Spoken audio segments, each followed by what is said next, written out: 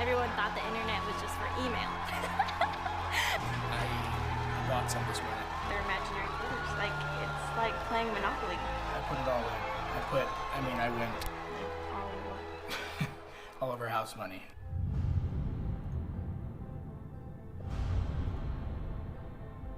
This is a force that is not going to go away. The cryptocurrency is not going away.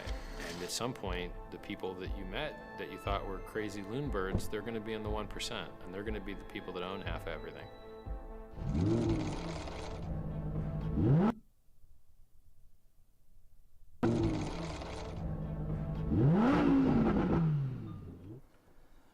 Well, that is amazing. I mean, that is sharp. That is top quality. Jonathan, what did you think? Oh, that is amazing. I cannot wait until this documentary comes out. And for those of you who may have missed the start, this is a pre-fight show here, and we're really, really excited to have you all on live with us as well. But I got to tell you, Greg, when you go on, you go on a journey when you first discover Richard Hart, okay? And the first thing is you see all this talk about how it's a scam, okay, and how it's no good. All right, and then you go and then you start to look into him, and then you think, is this guy absolutely crazy? Okay, has he lost his mind? And then you ask yourself, is he a genius? And I think he's probably the last two are close to being quite correct when you get to know Richard Hart. So no, I can't wait for this documentary to come out, and I'm sure it will actually clear up a lot of people's points of view on Richard. Maybe Peter Schiff may not say those same words, Jonathan. He might think it's the first two, but he just may. Darren, what did you think of the film, my friend? Yeah, look, I saw that quite some time ago, and it actually got me excited from someone who personally got invested into Hex, feels like over a year ago now. So maybe I'm going to be a bit biased, but yeah, I got really excited. I saw that and I thought, this is awesome, this is great. And, you know, to a lot of people, like you said earlier, Greg, you know, Richard might seem like the guy that's the flavour of the month or whatever words you use, but he's actually been doing this for quite a long time. The buzz is now, however, he's been doing this for quite some time. And I mean, the proof is in the pudding. You saw in that video that people literally made millions from Richard's. They're just blah blah blahing right now. Let me set the stream up. Created for those of you who don't know. Audio and everything good. Look, it's been life changing for a lot of people, but let me as know. we said, you know, Peter. It's going to be interesting, isn't it? Because he's against cryptocurrency. He just wants to, as we said, you know, prove his point. And look, I'm just really excited for this documentary. You know, Peter, when it comes out, do we know when it comes out?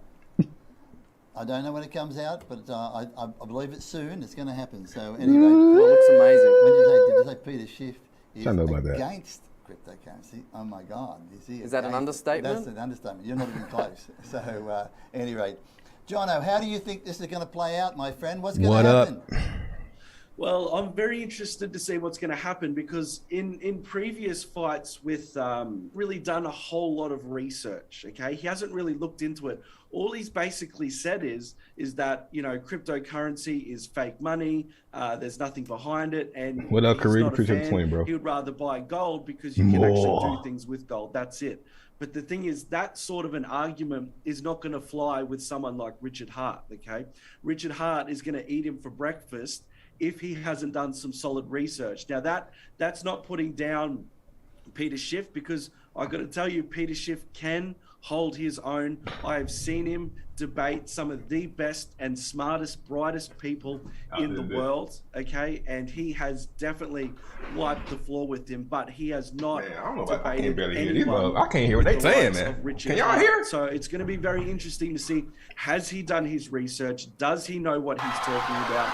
I have seen recently that he's thrown out a few jabs against Hex itself on Twitter, I'm sorry, bro. Just recently. Quiet down, so man. that leads me to believe that yes, he is actually doing some of his research, and that you know, he might be bringing his A game.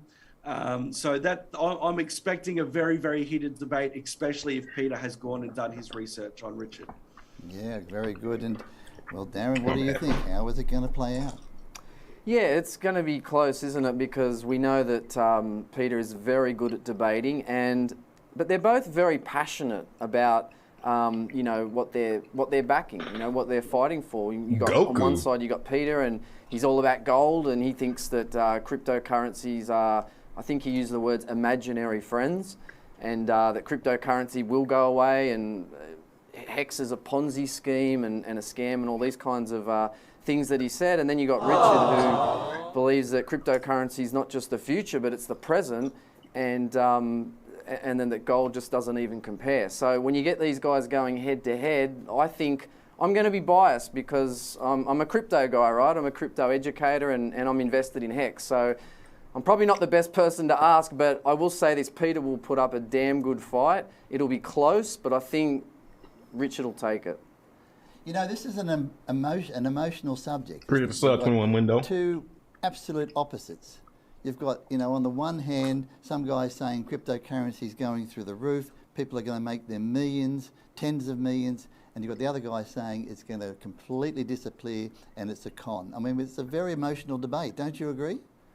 Yeah, absolutely, Gregor. I definitely think it is. And like, you just have a look at the comments already, just in the chat, and it's solidly gold versus Hex. Although I think the Hexicans have definitely shown up in numbers here today. Okay. But I got to tell you, Greg, I think you should be happy that we you need to go don't over have there? Richard Hart and Peter Schiff in the same studio with you there today. Otherwise, I think chairs might be flying. And I think it's good having them on opposite ends of the world and keeping it online so no one gets hurt. Well, that sounds like a pretty good show, Jono. Damn it, we should have had them both here. No, that would have been great. Darren, what are your thoughts here, my friend? Yeah, I'm hoping for some aggro. You know, I want to see some shouting, some yelling, fighting. I mean, we want exciting TV, right? But look, maybe it'll just be, I'm thinking they'll start off calm and composed, and then someone will fire up, and then it'll be on. And yeah, get the popcorn out, grab yourself a beer, whatever you do, and just enjoy the ride, because everyone's really excited. This has gone boy, viral this on the spaceship internet. big as So many hell, people boy. are talking about this right now. I had to go through like There's 5 so portals many people to here get a live napkin. already, and we haven't even started. So can't wait. Yes, I must say, very interesting. So many people tuning in before the event. We put on a lot of What up, events. old Carts? Very No rarely problem, see bro. that, so that's amazing. What up, By Chad? the What up, way, Nas? What up, Cody? Do a thumbs up and share it out there, because let's get as many people on this as possible. It's going to be a one-off. We may never see this again. This is a one-off. Now, we're getting very close to having to pause for Go tell him 30 Trey seconds watching and then bring these two in the chat. champions on. Now, you two guys are going to come back Please don't talk afterwards, over is that them. correct? And we'll have just maybe 10 You minutes must be new at here. the end, because the event will go for about an hour, I think. And then we'll come back and just have a quick debrief. So just before we go, Jonathan, who's going to win this bout? Oh, look, as I said, Greg, I think it's going to be very close. It does depend. You know, has Peter done his homework? But even so, I don't think he's ever debated anyone like with the likes of Richard Hart. Again, you know, me being full on into crypto, I'm going to have to side with Richard Hart, but I do think Richard is going to have to work for it today. Absolutely. There you go. Oh. Did you check Sportsbet? Was there any? next debate, we need sports. Well, Mike Hart. For sure. Yeah, they made it. Come on, Darren, what's going to happen? I think Richard's going to knock him out. I'm just going to say it. I think Richard's got this, and I don't think Peter will be able to go toe to toe with him. And knockout blow. Mate, I'm staying with the guy my own age. I think he's classy. Hey, you know how they say though. He's intelligent. He has. Peter's the definitely the underdog. He's been there. He's done that. He's got the T-shirt. I think Peter Schiff will surprise everyone. So I'll be on the lookout. So there you We'll go. see. We'll know very shortly. Now I know that He's gonna about have good 90% of the long-term people here are points. all Hex fans, so they might be throwing things Gold at is the very screen. long-term. But that's okay. I think Peter will hold his own. Okay, that's good. Any final comments from you, Jonathan? No, nothing yet. But I'm really, really looking forward to it. I know we're just getting Peter online and set up, so we will be having just a short, 30-second break while we get Peter Schiff on the stream. Pause. But I got to tell you, I'm here. I've got my pen. I've got my paper. I'm ready to take notes and make sure everyone that's watching this on YouTube, put in who do you think won at the end. I'm very, very interested to see, because at the end of the day, it doesn't matter what we think. It matters what everyone else thinks, because if everyone's buying gold, gold's going up. If everyone's buying Hex, Hex is going up. So what really matters is what the masses think. And we're really, really interested to know who you think has won and who has got your vote of confidence for the future. So make sure you use the chat and let us know. Good on you, fantastic. And Darren, any final words? Not really. I mean, Jonathan said it all. Just make sure you guys let us know who you think won, and we will be jumping back on at the end, Jonathan and myself, with Greg to do like a post-debate wrap-up show. And yeah, we'd love to hear your comments. So don't be shy. Hey, hit the like button. Use that comments and box share it below, so other people can find it, because it's hard. It's a hard stream to find. We'll see you then. I got my computer set up here, and most people don't even know where to find this at. It's unbelievable. I'm the plug. That's amazing. So fantastic. Everybody out there, well done. Keep sending through your chats. We love it. Thank you for being part of the program. Just hang in there. Give us 30 to 60 seconds while we wire everybody up, and I'll be right back. Well, I guess I will look at my chat here. What's up, Nico? Watch party on deck. What up, Crypto Bruh? What up, Nas? What up, Grab? Justin? Think Billions, Easy Money, Chris Morgan. DP, what's good?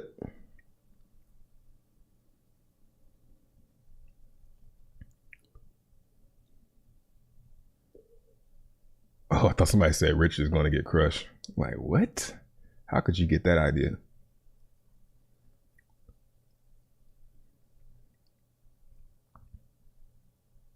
Eating Chinese food about to be awesome. Yeah, this is definitely a sit down, eat you something, get comfy. I wonder how long it's going to be. The last period that went head to head with Richard got wrecked. Yeah, for sure. It's gonna be, I mean, thing about Richard Hart is even if he's like wrong, he's gonna find a way to make himself right. He's gonna make his points make sense.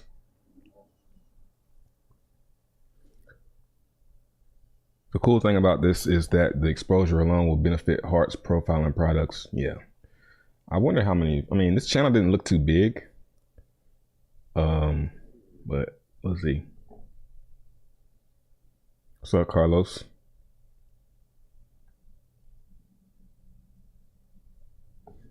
About to get crazy. You think it's gonna get crazy in here? Nah, man, ain't nobody want no smoke. Ain't no want no smoke. I'm over here now.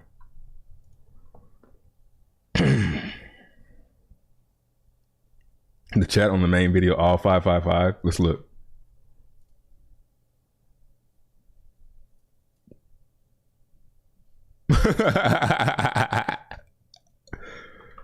Let me join in. That's funny. 3,500 watching. Can y'all see that?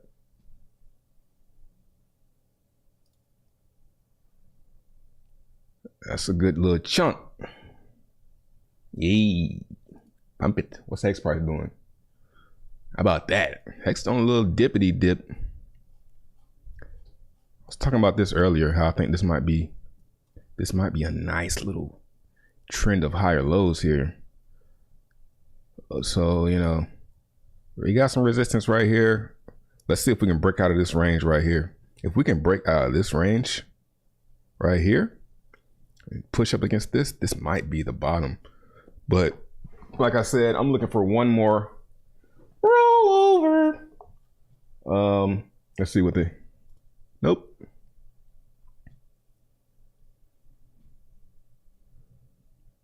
Schiff getting rugged. Like, what if he's saying, you know what? I'm looking at that chat. I don't even want to go out there, bro. What if Richard just not Richard, but Peter just backs out right now? You know what? I'm looking at all them 555s in the chat. I don't want no smoke. I'm good. Just call it off. We throwing in the towel before it even gets jump started.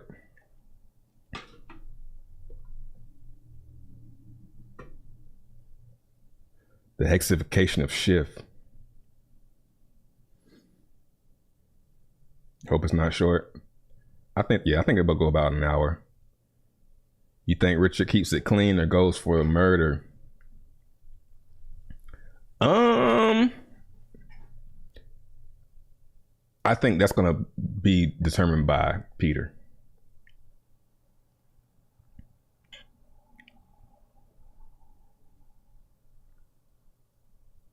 Word link ain't coming through for y'all. Walking the cat today. Yeah, all right right now.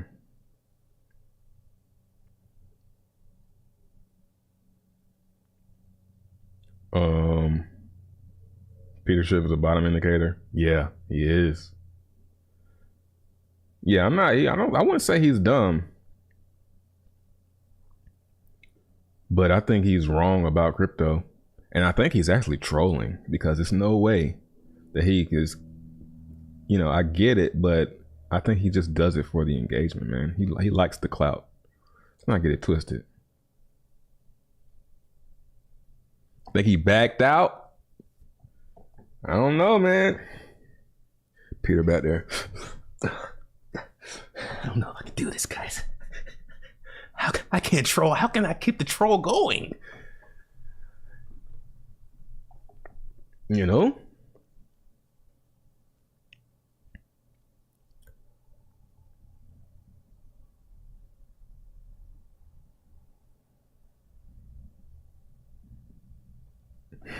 What up, Thrilly? Is this shit going? Is we live? Yeah, man, I'd be scared to come outside of that too. Like, man. That's like me coming to a chat that's everybody saying Big Connect. Like, god damn, I don't know, I can go out there. 555 everywhere. Every comment for the opposer. I'm unaware of Richard having ever lost a debate since he started streaming. Yeah, I haven't seen him I haven't seen him take too many L's. I've seen people make good points.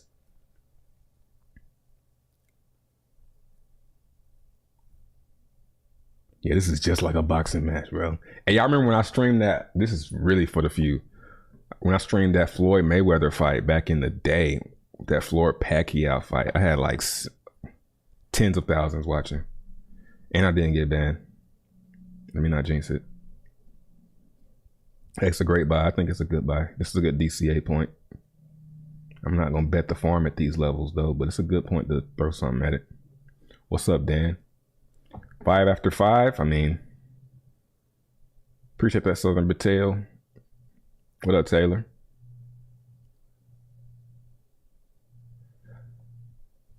I kind of hope he goes hard, man. I hope, like I said on my gaming channel, I hope he comes out and is himself. He's not being this fake character, because when he's himself on his main channel, it might turn off the people that liked him from this, because they didn't see the real him. So I'd rather him go hard. Curse and everything. Burberry bonnet, yeah, what are you gonna wear? What's up, Donatello? Like they pumping the views up. Yeah, they're probably waiting for this to stabilize. 4-1. That's what I would do. 4-1-2-3. If people start getting impatient, they'll probably come out. Peter already a Hexkin low key. What's up, Hands? Kind of like Peter sometimes.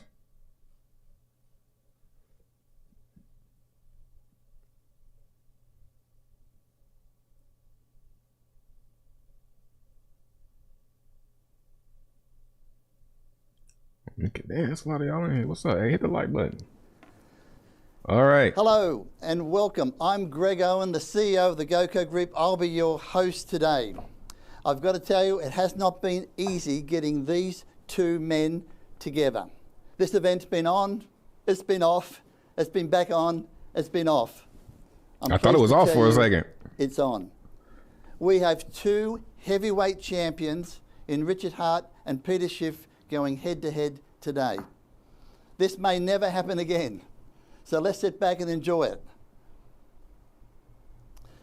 Let me introduce these two gentlemen to you. Peter Schiff. Peter is an American stockbroker, financial commentator, and radio personality. He's a regular on television programs throughout the world for his economic commentary and opinion. Peter has been a financial commentator for over 30 years. This is when Richard was still wearing short trousers in primary school. Peter is a man who has seen all the major economic ups and downs. He certainly is a scarred economic general who has always been on the front foot of economics in the world. Peter has a reputation of going head-to-head with some of the most powerful people on the planet. And I can tell you, he doesn't lose very often. Oh, Peter do look sad. Richard Hart. He's like, Richard's a bit of the flavour of the month. He's the creator and founder of the highly successful cryptocurrency Hex. He's said to have a very high IQ and extraordinary ability in mathematics. This man has a herd of people who follow him around the world. He's like a god. However, many call him a gunslinger, a scam coin owner, a Ponzi scheme creator who can be very rude, LB, that's Gucci, very man. abrupt, and very narcissistic tendencies. He's living somewhere in Europe, but nobody really knows exactly for his own safety. So, ladies and gentlemen, just before I do that, I want to say something. When I was a young boy, 16 years Peter of looked age, like I want he to tell you a already true about to story. lose. Everybody loves a story. And I remember there was this fight He taking looks place. wrong. 1974. And I was 16 years of age. And I huddled myself Yeah, he into know this that KO pub on the to horizon, watch bro. this fight against He can a see that shit. former He's looking at world that shit. heavyweight Like, champion, Muhammad Ali. And he was It's about to fighting be a this L. I see new, it. young, brutal George Foreman. They called it the Rumble in the Jungle. I can still feel the electricity in that pub as I speak to you now as a young 16-year-old boy. am I There was allowed? George Foreman. He had brutally, viciously mauled everybody he How about came that? across. Or that. And he was the world heavyweight champion. But Muhammad Ali said, I'll take you on. All the critics said Muhammad Ali could not win it. He's too old. He's done. He's over. Now, you all want to know what happened in that fight, don't you? Well, I can tell you, I can still remember it. I don't need to read anything. I don't need to Google anything. Muhammad Ali came out and defended himself and didn't throw any punches for many parts of the Bro, I don't fight. need to listen to And this George part. punched himself What is out. this? And then all of a He's sudden, a about the moderator. eighth Fuck what he got round, to say. Muhammad Ali let loose, and he knocked out this young 23-year-old world heavyweight champion, George Foreman, in the Rumble of the Jungle in Zaire. How will today turn out? Will this old fox win? Or will this young gun actually turn the tables and mow the older economic man down? Please We're stop about to find commenting. out. Ladies and gentlemen, let's welcome, and I've got here Richard Hart and Peter Schiff. Are you there, gentlemen? Yes, I'm here. I'm trying to stay. I'm here. Maybe you could just stop talking about how old I am. I'm not that old, you know. Plenty of people older than I am. Well, we're kind of a similar age, mate, so I'm feeling, look, 60 is the new 40 or something, isn't it now? Well, I'm not even 60 yet, so. Well, I am. So I'll All take right, well, so you see, you're the old man here. steady. Steady. Anyway, Richard, it's good to see you. Thank you for being with us. Hey, pleasure. Good on It's you. a pleasure. Love to be here. Look, what I want everybody to know that how this event started is that Richard, he put a tweet out and he said to Peter, I challenge you. Would somebody take it up? We took it up and we brought you two together. It hasn't been easy, but we've brought you both together. So I want to thank you both for making the effort and giving us your time. Gentlemen, I have a series of questions. We'll run through them. Don't know how far we'll get with the questions, but I'll try and get as many done as possible. And you'll both have a chance to talk and rebuttal.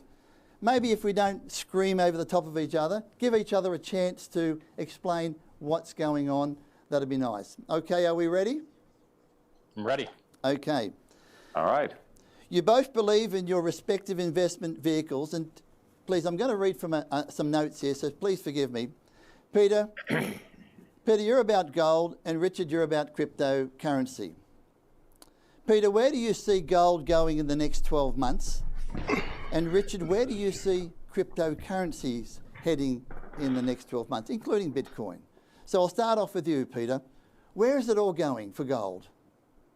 All right, well, first of all, let's put gold in its proper context, because I'm not all about gold. I mean, I'm an investment manager, and I've constantly or consistently recommended that people hold maybe 5 or 10% of a portfolio in gold.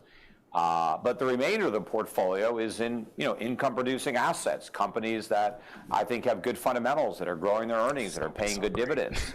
I look at gold as a proxy for cash. A lot of people are talking about holding cash now, not for the yield, because there is none, but for the optionality, because if stocks go down or real estate goes down, you can use your cash to buy these assets on sale. Well, I do the same thing with gold. I would rather be holding gold, waiting for better buying opportunities in stocks that I like or real estate that I like, rather than fiat currency, especially in an inflationary environment where it's the fiat currency that could crash rather than the assets. But if you're holding your liquidity in gold, well, then you're protected from inflation.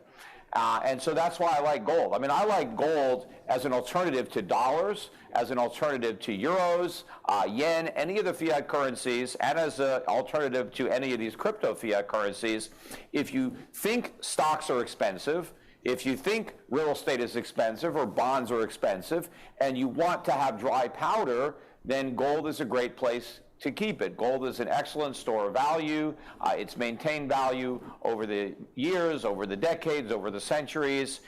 It's been money for thousands of years. He's starting with a really weak I believe that gold argument. is a good, it has a position It's in a a cop-out. portfolio to act as a as a store of value and as a source of liquidity. But over the long run, I mean, gold doesn't produce any income. It's not like real estate where you get rents. It's not like a stock that has earnings and pays you dividends. It's not like a bond where you can get interest, although today bonds pay very little interest, which is part of the problem. So over the long run, no, you don't want to just have all of your wealth in gold. You want to own other assets that will perform and deliver income. But over short time periods, if markets are expensive like they are now, and there's a potential for a rather substantial decline, having an allocation to gold makes a lot of sense. Cop out. Richard. Yeah, everything he just said was very stupid. So this is going to be a very easy debate. I'm sorry for you guys that we're hoping for something very exciting. He just crushed his own argument in the first minute. I'm facing a guy that owns 10 to 20 times more not gold things than gold things, because he knows that those things are better assets. He says that gold holds value over time. It doesn't. Here's a chart of gold adjusted for inflation where you lost money for 40 years. 40 years you lost money. 40. If you had bought gold 10 years ago, Bro, like he you're on the down stand. today. Like, oh, you shit, you lost got me. money from 10 years ago, not even inflation adjusted. So for a guy that doesn't even talk his own book, literally starts the conversation with, I don't even like this stuff enough to own more than 5 or 10% of it, it's going to be a very easy debate to win. And the charts, the facts are on my side. I got good news for you. Just because gold is a terrible investment, I may even own more than Peter with my $250,000 gold watch or my gold trinkets. I understand what gold is supposed to be used for. Gold is used as jewelry for 50% of its market cap. Go on Wikipedia, look up gold. You'll see that 50% of the sales of gold is for jewelry. And what is jewelry? It's just vanity. Don't go soft. And what could be more willy-nilly and prone to fancy than vanity? So gold that he doesn't even believe in enough to own more than 5 or 10% or recommend anyone own more than 5 or 10% is backed 50% by people flexing and looking silly. I look silly on purpose, right? So, I mean, you want to see the Hex chart? You want to see what the Hex chart looks like? It ain't looking like this. Here's what the Hex chart looks like. Only up and to the right, forever. By the way, copper beat gold. You bought gold 5 years ago, you would have been better off with copper. Copper that you can actually use. Peter says gold. Well, I don't want to crutch all his arguments ahead. I could just beat all our everybody arguments. tell me what to he's shut going to say up. is gold Kick 'em out. Has value. Bitcoin doesn't have value, which is instantly defeated by the fact that you can exchange Bitcoin for gold. I remember back when Bitcoin cost less than an ounce of gold. Now Bitcoin costs 20 times more. You could have bought in the top of. I bought Bitcoin at 30. Yeah, Mine did at 50 Thanks cents. for the engagement, guys. In 2013, it went up to $1,300, which was the price of gold. An ounce of gold was worth less than a Bitcoin in 2013, 2014. Now, an ounce of gold is worth 20 times less than a Bitcoin. And so the fact that you can turn Bitcoin into gold at any time you want, Yeah, go to the real stream. Even accepts Bitcoin to turn it into gold. Fuck Disproves out his idea that gold, that Bitcoin has no value. And I don't even like Bitcoin. Bitcoin destroys the environment just like gold does. 50 to 60 people just died yesterday mining gold. Yesterday. Damn, how many people died mining receipts. Bitcoin? So this is the reality that we live in. I've already won the argument. It's just a question for the audience. If you're finished flattering yourself and congratulating yourself, first of all, yes, I just because I think that gold should be a small part of a portfolio doesn't mean I don't like gold. I just said that gold is not an investment. Gold is like cash.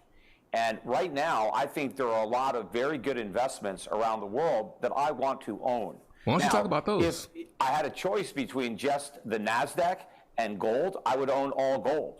But those aren't my choices. If my choices were all gold or all Bitcoin, I would own all gold. Why wouldn't you just hold all NASDAQ if NASDAQ goes up more? All gold. I would own no Hex. I would own no Bitcoin. But when I look around the world and I see a lot of good companies trading at very low valuations and paying very good dividends, I want to own those assets. I don't want to have everything in gold. Now, if things were a lot more expensive, I might want to up my allocation to gold, but I would never include Hex in my allocation. I mean, you want to talk about what gold's done over a particular period of time. Well, yeah, if you bought gold 5 years ago, you had a great return. It's up 90% over the last 5 years. Over the last 10 years, no, it's about flat over 10 years, but go over the last 20 years. 20 years ago, gold was less than 300, and now it's 1,900. So that's a pretty good return.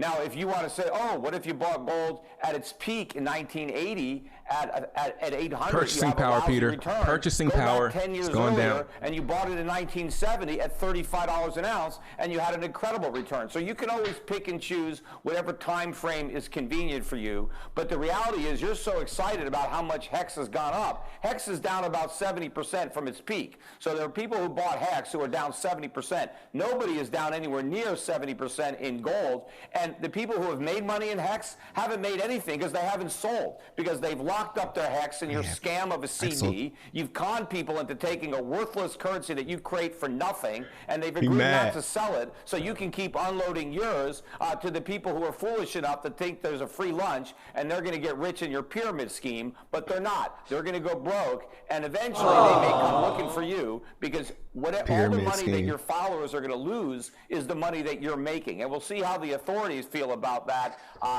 when you end up in a court of law, because I know a lot of the people who lost money are going to be looking to have to try to claw back some of their losses from your winnings. So what Peter here is doing is called a parade of imaginary horribles. So to the best of my knowledge, no cryptocurrency founder has been imprisoned for creating a cryptocurrency. Satoshi, who created... I didn't say imprisoned, but I think you will be sued. But go ahead. Okay, so let me give you an example of a company that created a cryptocurrency and got sued. Unregistered security offering. Tezos got sued, settled. EOS, unregistered security offering, raised $4.2 billion, settled for $27 million, and got a waiver to continue operating their business. And the reason the SEC is friendly towards and settles with these companies is because they actually do care about the investors, and the investors don't want their money back because they all made money. People that bought EOS at the ICO made money and are still up today. People that bought Tezos at the ICO made money and are still up today. And so this idea that people are going to want their money back is factually false, provably false by SEC jurisprudence, by SEC case law. They're only going to want their money back after the coins crash. See, nobody wants their money back when they're winning. Like it's 5 after they times. crash and lose their money that they want it back. So we haven't finished this game yet. Right. The air hasn't come out of this bubble yet. Peter's talking about buying gold a long time ago. Gold was down. If you had bought gold in 1980, it dropped 70% until 2000. You were down Because for 20 years. because the 10 years before 1980, it went from 35 to 850. So it had a spectacular rise, and it never went back down anywhere No near one is $35 alive again. from back So then, you can't nigga. just look at these time windows and talk about. And I've already said gold is not a long-term investment. I 1920, never gold. recommend gold to anybody as an investment. It is a store of value. It's cash. Instead of Don't leave, Rich, don't sticking quit. dollar bills under your mattress, you can have gold coins. They are much better to hold than fiat currency. But over long periods of time, you want to invest your money and let it grow. Gold doesn't grow. It just holds its value. It doesn't accrue value. It doesn't gain value, but it doesn't lose value. You're down versus 40 years ago, inflation adjusted. You're down versus almost every Well, time frame. Coins made. No, you're not down Y'all to tell it him to move versus. his mic you're- closer. Gold is up this year. Bitcoin is way down. Your Hex coin is down this year. Gold is up year over year. Gold is up. This year. No. Yes, it is. It's up this year. He's just No, it's not. over-talking. What did it end? What did it end last year? I saw it was as high as like 49 cents, and I just checked it. It's 15 cents. So where did it end last year? Hex went up 1,000,000%. Where did it end 2021? Where did it end 2021? December 31st, 2021. Here's the Hex chart. December 31st, 2021 was 6 cents. Actually, half of a cent. Actually, based on. So it went down from 49 cents to 6 cents, and then it snapped back up to 15 cents. No. Well, I just looked at the chart on CoinMarketCap. I don't know. Is that not the actual chart? It's a good site. Yes, CoinMarketCap actually has an accurate price chart, but you have to click log in the bottom right corner, or else it doesn't make sense. So when you compare an investment that isn't even an investment. Peter just told you not to invest in gold. It's not an investment. It's just a risk-off asset to just sit in until you get into. Well, it's a store of value. It's a monetary equivalent. It's like holding cash, except instead of dollars or euros, which are just fiat, creations of a central bank, you can hold real money, which is what central banks used to hold. All these currencies used to be backed by gold and redeemable with gold. But the world has moved off a gold standard to a fiat standard. But if individuals prefer the gold standard, they can do it themselves. They don't have to hold government paper as money. They can hold the real thing. They can hold gold. But the thing is that you suggest people do hold government paper. You just may not be aware of it. When do I suggest that? You'll see. I'm going to show you. Peter and I actually agree on some things. We both think that the government printing money left and right forever is disgusting and steals from savers. Do we agree on that? Yes. Okay. We both think that the value of the dollar over time is going to zero, literally zero. Charlie Munger agrees with us on this. Do we agree on that? Well, it may go to zero, but it may approach it. It's already practically zero based on what it was worth in 1913. So, I think Peter and I both agree that we like people to self-custody their funds so that they can't be robbed by their banks. So there was some political activity going on in Canada where if people even sent money to other people so that they could buy food and eat, their bank accounts were seized under emergency action, as though there was some giant emergency, like a war was going on. Everyone else has it bad everywhere else in the world right now, and yet there's no emergency actions in those countries, but Canadians are having their bank accounts seized, and I don't think Peter likes that. You don't like that either, right? That sucks. We agree on that? No, I do not like what the Canadian government is doing. Not at all. Yes. So Peter and I are both for self-sovereignty. We're both for people not being robbed by the government, by holding the government's dollars. By the way, Peter's camera's frozen, so if you want to pan to me, my camera's not frozen. It doesn't look like it's frozen to me. Oh, you just came back on. Yeah, okay. And then, well, it's just when I'm talking, they're showing you. It's weird. No one sees me talk. Unless you're seeing something different on YouTube, whatever. So the point is, there's things we agree on, right? And we both agree that stocks have been wonderful investments, which is why he promotes them. But there's a trick to stocks that people don't understand. When you used to buy stocks, you used to get shares in companies, and they were physical printed shares.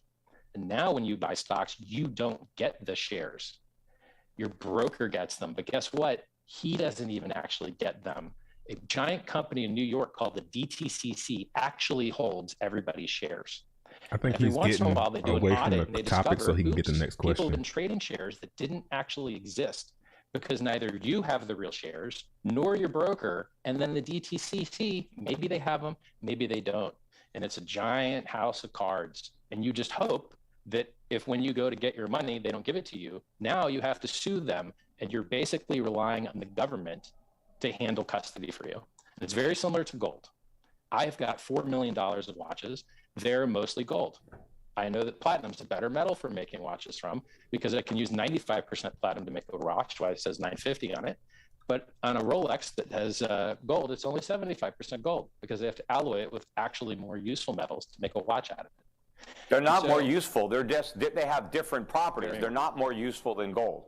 And by the way, if you have $4 million worth of watches, maybe in those watches there's $40,000 worth of gold. I mean, it's maybe about 10%. That's right. Yeah, so it's not. You know, they don't. You know, so you don't have most of the appreciation of gold as well. But most of the value in a watch is due to the craftsmanship, the making of the watch. The gold is used because of its properties that make the watch better, that make it last longer, that make it look prettier. You can go swimming with the watch. It's like, you know, it's going to resist the water. There are a lot of characteristics of gold that make it appealing in jewelry. It's not used in jewelry by accident. It's used because it's very good. Like literally. Who cares? Own more gold than you. I don't know. How much do you own? I don't know. You talk a lot. I have no idea. Right now, if you go on my website, any of my YouTube videos, and you scroll down to the info, I have the model numbers and prices of all the watches I own. But who cares about how many watches you own? I got gold watches too. Who cares? I don't splash them all over my website. I mean, I'm wearing one here. I'm wearing one, but I don't like flash them on my YouTube channel to show everybody that I got gold. But I wear them. Okay, well, I've got another question or two. I don't have a big gold pendant around my neck. Let's move to the next question, gentlemen. You know what? Why don't you wear some hex? Where are your hexes? Get yourself a watch made out of hex for Bitcoin. Bro, you sound like you 80 years old saying that. Peter. Because right now you don't have. Bro, I sound 80 years old saying that. Yeah, but when you have custody of Bitcoin, you have custody of nothing. So what? Who cares when you're custodying nothing? Peter, I've got a question. Right, I've got a question for you, Peter. You can only sell it because there's a fool who wants to buy it. But eventually the fools will run out of money, or you'll run out of fools. Yeah, he's a child, man. Let's get out of the jury shop. Let's have a chat about once a few an other adult, things. twice a child. Peter, can you keep ignoring the mass adoption of cryptocurrencies? We've got big institutions getting on board. Countries accepting Bitcoin as legal tender. You've got Bitcoin representing the fastest adoption of any technology recorded in human history. It's growing at 113% a year. Peter, do you feel you missed the boat and regret first of all, not investing in cryptocurrency? Okay, so first of all, as far as ignoring the mass adoption, I don't have to ignore it because it's not happening. There is no mass adoption of Bitcoin for anything. You're talking about countries accepting it. Okay, El Salvador is trying to experiment with it, but that's one little country. You can't say that that's some kind of wave of countries making Bitcoin legal tender. Is Wall Street in it a little bit? Sure, because Wall Street thinks they can make a buck on it. I mean, they don't give a damn. And most of these big investment banks that are allowing their customers to trade, they don't trade it themselves. I mean, they're just trying to make a buck. They're operating the casino, and if people want to gamble, they're like, well, we're going to let them gamble at our casino because they may gamble at someplace else. What I will concede is that there are a lot of people that are gambling on cryptocurrencies, Bitcoin being one, but there's almost 18,000 others if you count all the altcoins, and then you can throw in all the NFTs.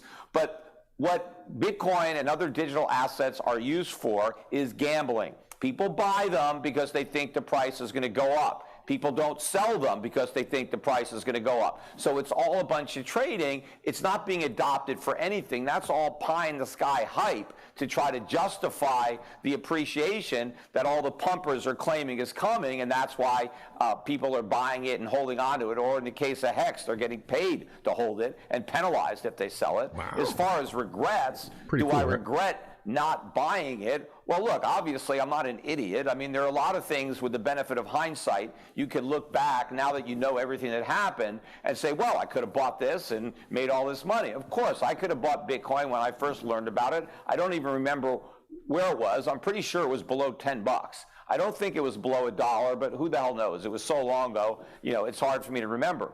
But all the problems that I had with Bitcoin when I first noticed it, I think are all valid.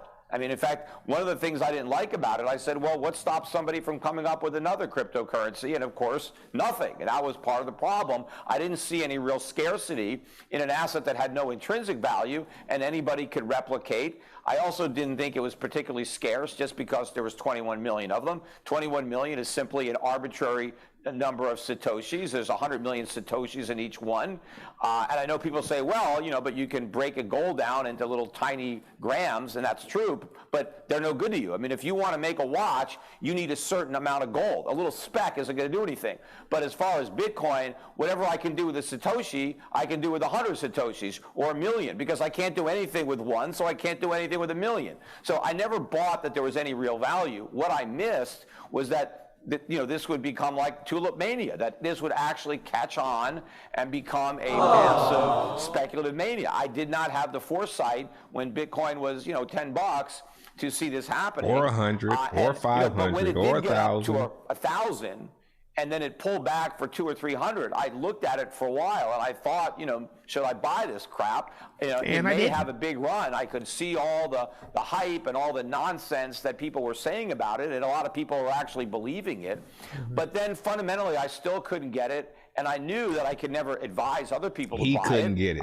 That's what a lot of people do in crypto. It's all pump and dump. You just get in it, and then you pay celebrities to promote it. You give away free coins. Hey, pretend you want your salary in Bitcoin. It's all hype, because the only money that is made in crypto is the money that's lost. Somebody has to lose money for somebody else to make it. It's a zero-sum game. In fact, it's a negative-sum game when you figure out all the other costs, the trading costs, the marketing costs. You know, think about all the money that was spent last year advertising Bitcoin and other cryptocurrencies. They spent a fortune pumping it up. Like Yet, he's not. you know, everybody who bought is way about down. Hex, I mean, man. the market's been killed despite record amounts of publicity and advertisement for Bitcoin. Now, so do I regret not taking advantage of other people's greed and ignorance? Yes, I could have made a lot of money had I bought some Bitcoin and sold it. I have no idea where I would have sold it. Had I bought some years ago, it's, you know, you don't know. Would I have still held it if I bought it at, you know, $10 or $20? Would I still own it at, you know, 38,000 or 37,000, wherever it is right now? I have no idea, because I didn't do it.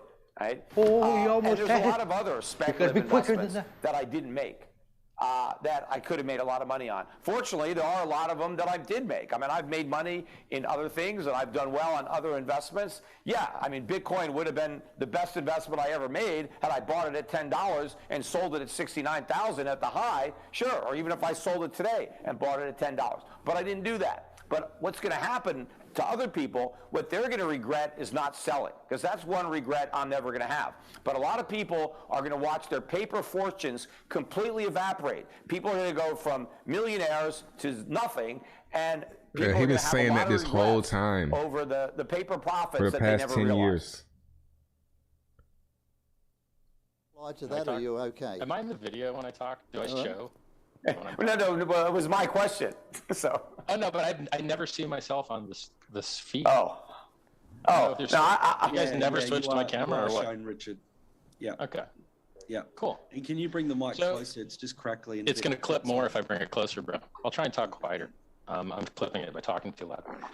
So, first of all, Peter describes a problem that people do have in cryptocurrency, where they sell on a 1x or a 2x or a 3x and think that they're smart, and then it goes up 69 million x. So you could have bought Hex on January 5th of 2019 and sold it when it doubled, when it doubled, when it doubled, when it doubled, when it doubled, when it doubled, when it doubled, when it doubled again, when it doubled, when it doubled, when it doubled, when it doubled, or when it doubled. It doubled 13 times in 2 years. And so you could have hopped off the magic carpet ride at any time that you wanted with insanely mad gains, and you could have been one of those red candles everybody hates so much. And people run into this problem when they reach cryptocurrency, they're not used to seeing millions of percent returns. Hex did 1,000,000% return from the bottom of the top, 623 days.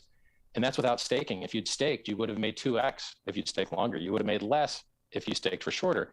He describes a problem where he wouldn't have known whether he would have held or not. And Hex specifically stopped him from his own weak hands selling his future gains. I think that and this swallow. happens to investors time and time again, where they try and time the market only to discover that what matters more is not timing the market, but time in the market.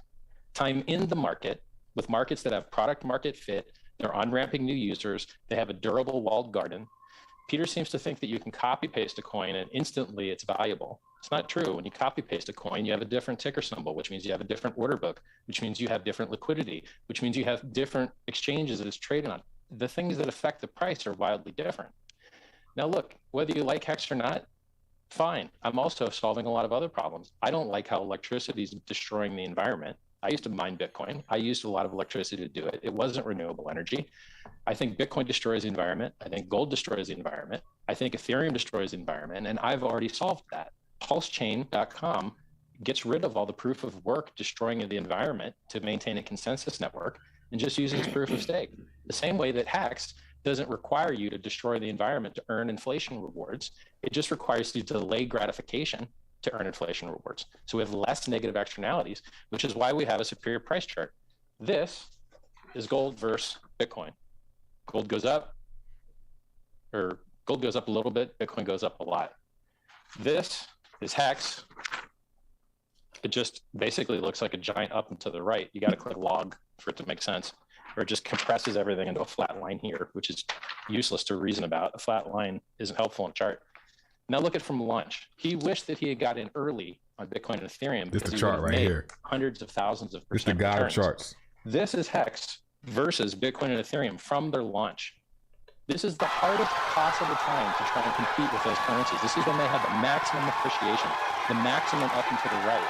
We're beating both of them today after the 66% or 70% dip. When you zoom in, it looks like this. This is on a log scale. These are really big numbers. And so, you know, we're up versus Bitcoin at the top, 500x. That's 500, it's 532,000% versus Bitcoin at the top. Now we've dipped. We're only up 150x now, 1500x. That's why I bring charts, right? We did the same thing versus Ethereum, but Ethereum pumped harder than Bitcoin, 3 times harder. So our gains versus Man, Ethereum I wish are you could about share 3 his times screen. less. I have to hide my eyes from the camera. Quit And then with the this is us sound versus the dollar. effects. Fuck off. About 1,000,000% versus the dollar. Now he's going to tell you these numbers aren't Go real. find the real But video. guess what? They are real. When you create those red candles that everybody hates, that's you cashing out. And then you can go buy whatever Peter does like. He likes stocks that you don't own the shares to. By the way, as far as the utility and stocks go, you realize that if you get a 40% share of your local Burger King, you can't change the prices. You can't change the hours of operation. You can't add an item to the menu, and you can't pull cash out of the register. And so this concept that somehow owning shares in a company is somehow more wholesome or better than owning part of a cryptocurrency, which may give you rights to control the consensus of the network, which may issue you trustless dividends with no middlemen whatsoever. And so I created something that solves a lot of problems that Peter hates. Peter likes self-custody. I solved it. Peter likes yield. I solved it. Hey, it ain't nothing Peter y'all can likes say. I'm delayed addicted to that guy. gratification. I solved it. But he Ain't just nothing doesn't y'all can say. realize I've solved the things that he cares about. So I'm making people literal millionaires. And he says other things which aren't the case, such as some people have to lose in order for other people to win. It's not true. Fly, It's fly, 100% not fly true. away high. When You your can't house goes catch up me. in I'm value, who big in that loses? guy. When your gold goes up in value, who loses? When a baby is born or a tree grows, who loses? They're created out of thin air. Trees are created out of thin air. All right, you've raised so many things that I got to talk about. I mean, first of all right, when I buy a house, I'm buying a place to live. It's not about winning or losing. I get to use the house. I get to live in the house. It's a place of shelter. I can raise my family. And so, you know, the price is going to be what the price is, but the value of the home is the utility as a place to live. You know, when someone buys gold, you know, whether they bought it at a higher price or a lower price, you know, people buy gold and they use gold, right? There's a use for it. When you're talking about something like Bitcoin or Hex, you don't do anything with it. The person who owns Hex doesn't get any enjoyment out of the Hex while they own it. It doesn't throw off any income. It doesn't pay dividends. It doesn't pay rent. You can't turn it into a watch and wear it. All you can do is hold on to it.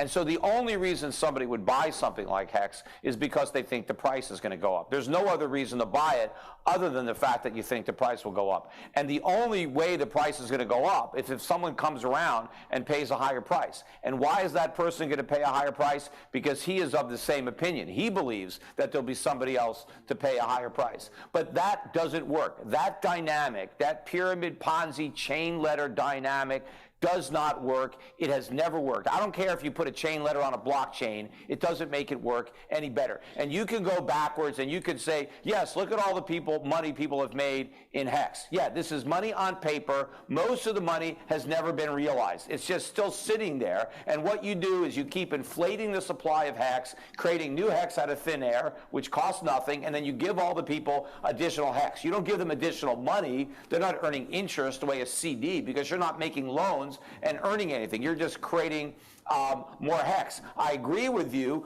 I don't like the whole concept of proof of work for Bitcoin. It is a waste of resources, a waste of energy. It's like digging holes and filling them back up again and claiming, well, I worked. Yes, you worked, but you produced nothing. What's important is not that you worked, but what you produce. When you mine an ounce of gold, the world actually has an ounce of gold that it can use for something. Gold is a very useful metal, and when you mine gold, you are helping the world because you're giving the world a metal in a form that it can be used. When it's still buried beneath the Earth's surface, mankind has no access to that gold. But once you bring it out and you refine it, and you have it in a way that you can add it to those mirrors. We just launched the biggest telescope into space, and they were able to coat the mirrors with gold so that they would work a lot better. Are they going to find gold on has asteroids? A lot of value, and it's worth the resources that we expend to get it out of the ground. And you're talking about stocks and saying, oh, there's no difference between owning a stock and owning Hex. When I own a company, I own a piece of a business that I like, and I'm entitled to my share of the profits of that business. Now, I agree in this casino of a stock market that the central banks have created, you have a lot of people that are not buying stocks for the same reason I'm buying them. They're just buying them because the price is going up, and they think the price will keep going up, and they ignore the fundamentals. They ignore the losses. They ignore all the things that I pay attention to because I'm looking for value. I'm not just buying hype. I'm not just buying momentum. And in case you haven't noticed, that bubble has popped. The momentum is left all these stocks. They're imploding every day, and the same thing is happening with cryptocurrencies. I think what you're going to see in the world of crypto is people selling their fool's gold and going into real gold, which is why the price of gold keeps going up as Bitcoin I'm never and other buying currencies any keep gold, going bro. down. There's now actually a negative correlation between Bitcoin and gold. In fact, you can tell what gold is doing on any given day by looking at Bitcoin. If Bitcoin is up, gold You can is look at the down. NASDAQ If Bitcoin is too. down, gold is up. That's how it's trading. So it's clearly not digital gold when This nigga's it's the stupid, mirror bro. image of gold. It's fool's gold. It's anti-gold. And the people who think they're holding digital gold are going to wake up and realize they've got nothing. Gentlemen, Yeah, so I will people- go to the next question, but thank you for that. Listen, just from a technology side, there's a bit of a sound issue. Peter, can you turn your sound down a little bit? Can you ask your people to do that? Am I too loud or should I lower Yeah, my mic? it's a bit too loud and it's interfering on either side. And on the other side, Richard, is your What are you volume looking at? You able know to you're come the up a only little? one in that room, Peter. You ain't got no Sure. producer or nothing. But I am already clipping. Fuck outta So here. So, He seems pretty loud to me. I hear him pretty. I am clipping. So I don't think Okay, you actually want me to be any louder. just Peter down a little bit. Richard's good. That's what the technical people are saying. Okay, I've got a very, very important question for you, Richard. I want you to listen to this very, very carefully. Hex has been called the fastest growing asset ever, but also been called the greatest con of all time. Richard, you have a lot of loyal evangelists, but you also have a lot of detractors, and people calling you the biggest scammer of the century, running the largest pyramid Ponzi scheme in history. How can we believe you're not the greatest scam artist to ever live? And I want to add one other thing. Richard, I'm an old financial planner. And I've sat around the family kitchen table with the mum and dad in the suburbs of Sydney after there's been a market downturn. And I've seen the wife cry. And I've seen the fear in the husband's eyes when they've had their superannuation wiped out. I've seen the darkness and I've seen the pain. Richard, do you understand the responsibility you have to people around the world with what you're putting together? Yeah, what you just described is called a security, and that's a regulated activity. So when you put your money into a common pool with the expectation of profit solely from the work of others, or there's critical entrepreneurial or managerial effort, you have a regulated activity. That's called a security. Hex is the opposite of that. If I die right now and Hex.com goes offline right now, it doesn't affect anybody. You mint your own rewards using your own labor, your own effort, very similar to what a Bitcoin miner does, except instead of destroying the environment, you just delay gratification and wait a little while. You mint your own rewards in Hex. No one else gives them to you. So I don't do any work for you, none whatsoever, which is why you don't see me doing the things that other cryptocurrency founders do, talking about fake partnerships, like they shop for their employees at McDonald's, and then they say, we're partnered with McDonald's. No, you're not. You're scamming. Or they say, oh, we're going to add these features, Litecoins, like, oh, we're going to add confidential transactions. Never happened. Scam. And then you go look at the wallets. Vitalik sells Ethereum. Chainlink sells Chainlink. Charlie Lee, Litecoin, sells the top, right? Makes the top. Both Vitalik and Charlie have sold the top on their respective coins. But then you look at the Hex market and you analyze all of those coins that were tied to the origin address, and they've never been sold on market, never. And so everything that we do in Hex is better.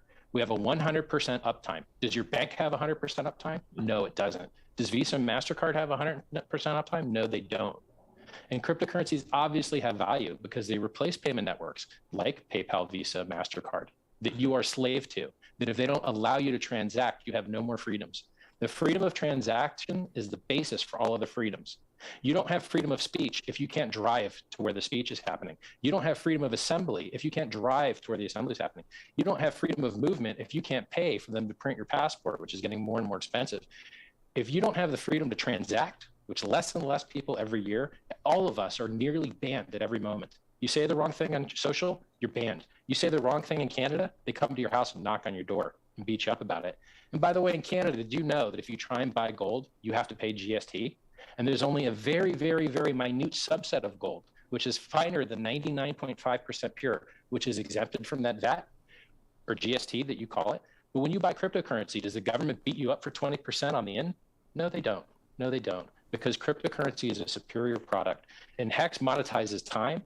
Pulse Chain removes all the destruction in the environment as the world's largest free airdrop. A lot of people forget Hex was given away for free. If you had Bitcoin, you were given Hex for free. And at the top, it would have increased the value of your Bitcoin by 20%.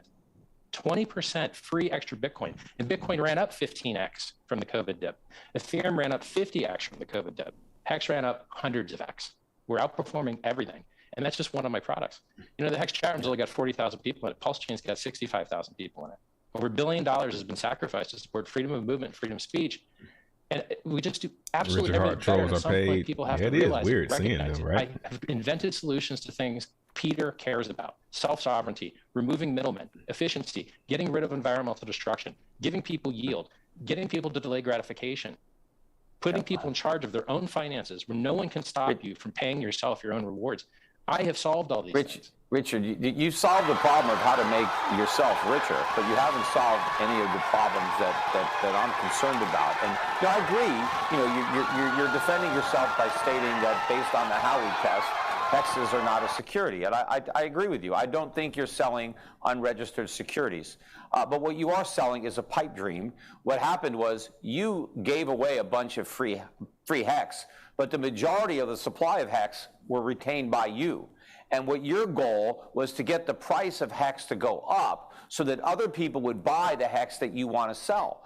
And you know, you've done a good job of promoting the coins that you want to unload. It's basically a pump and dump. You want to pump up the price of Hex so that you can sell. But of course, you don't want competition. You don't want all the people who got free Hexes to sell theirs, so you convince them not to sell by promising them even more Hex. While they're waiting, you're selling. And eventually, they're going to get left holding a bag of worthless Hex because the supply is going to keep on channel. growing, and they're going to keep on holding and hoping. And one day, people are going to want their money, or they're going to need their money, and they're going to try to sell. And all the paper gains are going to evaporate. And the only people who would have made money Maybe, were those who Peter, didn't wait, maybe those one who day. cashed out earlier. And that was the point Or I you made could just earlier. buy some just I in wanted case. to agree. Like, like, come on, is I that felt- hard? I used to feel the same Is way. it that Peter hard? does. I really did. I was a Bitcoin maximalist. I was like, you know what? There's going to be, everyone's going to fall into one thing. And then reality proved me wrong, and I had to change and update my worldview. In fact, the more altcoins there are, the more useful, fun things there are to do with cut Bitcoin. this shit then off. it just stays in the ecosystem. I will cut the So like when you stream go to a off, casino, bro. they never show you the clock because they want you to stay and keep playing. And so designing systems which accrue value for shareholders is very similar to designing an economy or to designing a cryptocurrency. And yes, I'm here for appreciate my your compliments people. that I've designed something that is extremely sticky, that gets Not people y'all to delay new gratification, folks. that gives people hopes about the future, which is why I have seen people whose lives have been saved by hacks that I couldn't save with my self-help books. I give away. Well, how many Hex have you sold personally? If you look publicly, it looks like 0, but I can't tell you because how So right?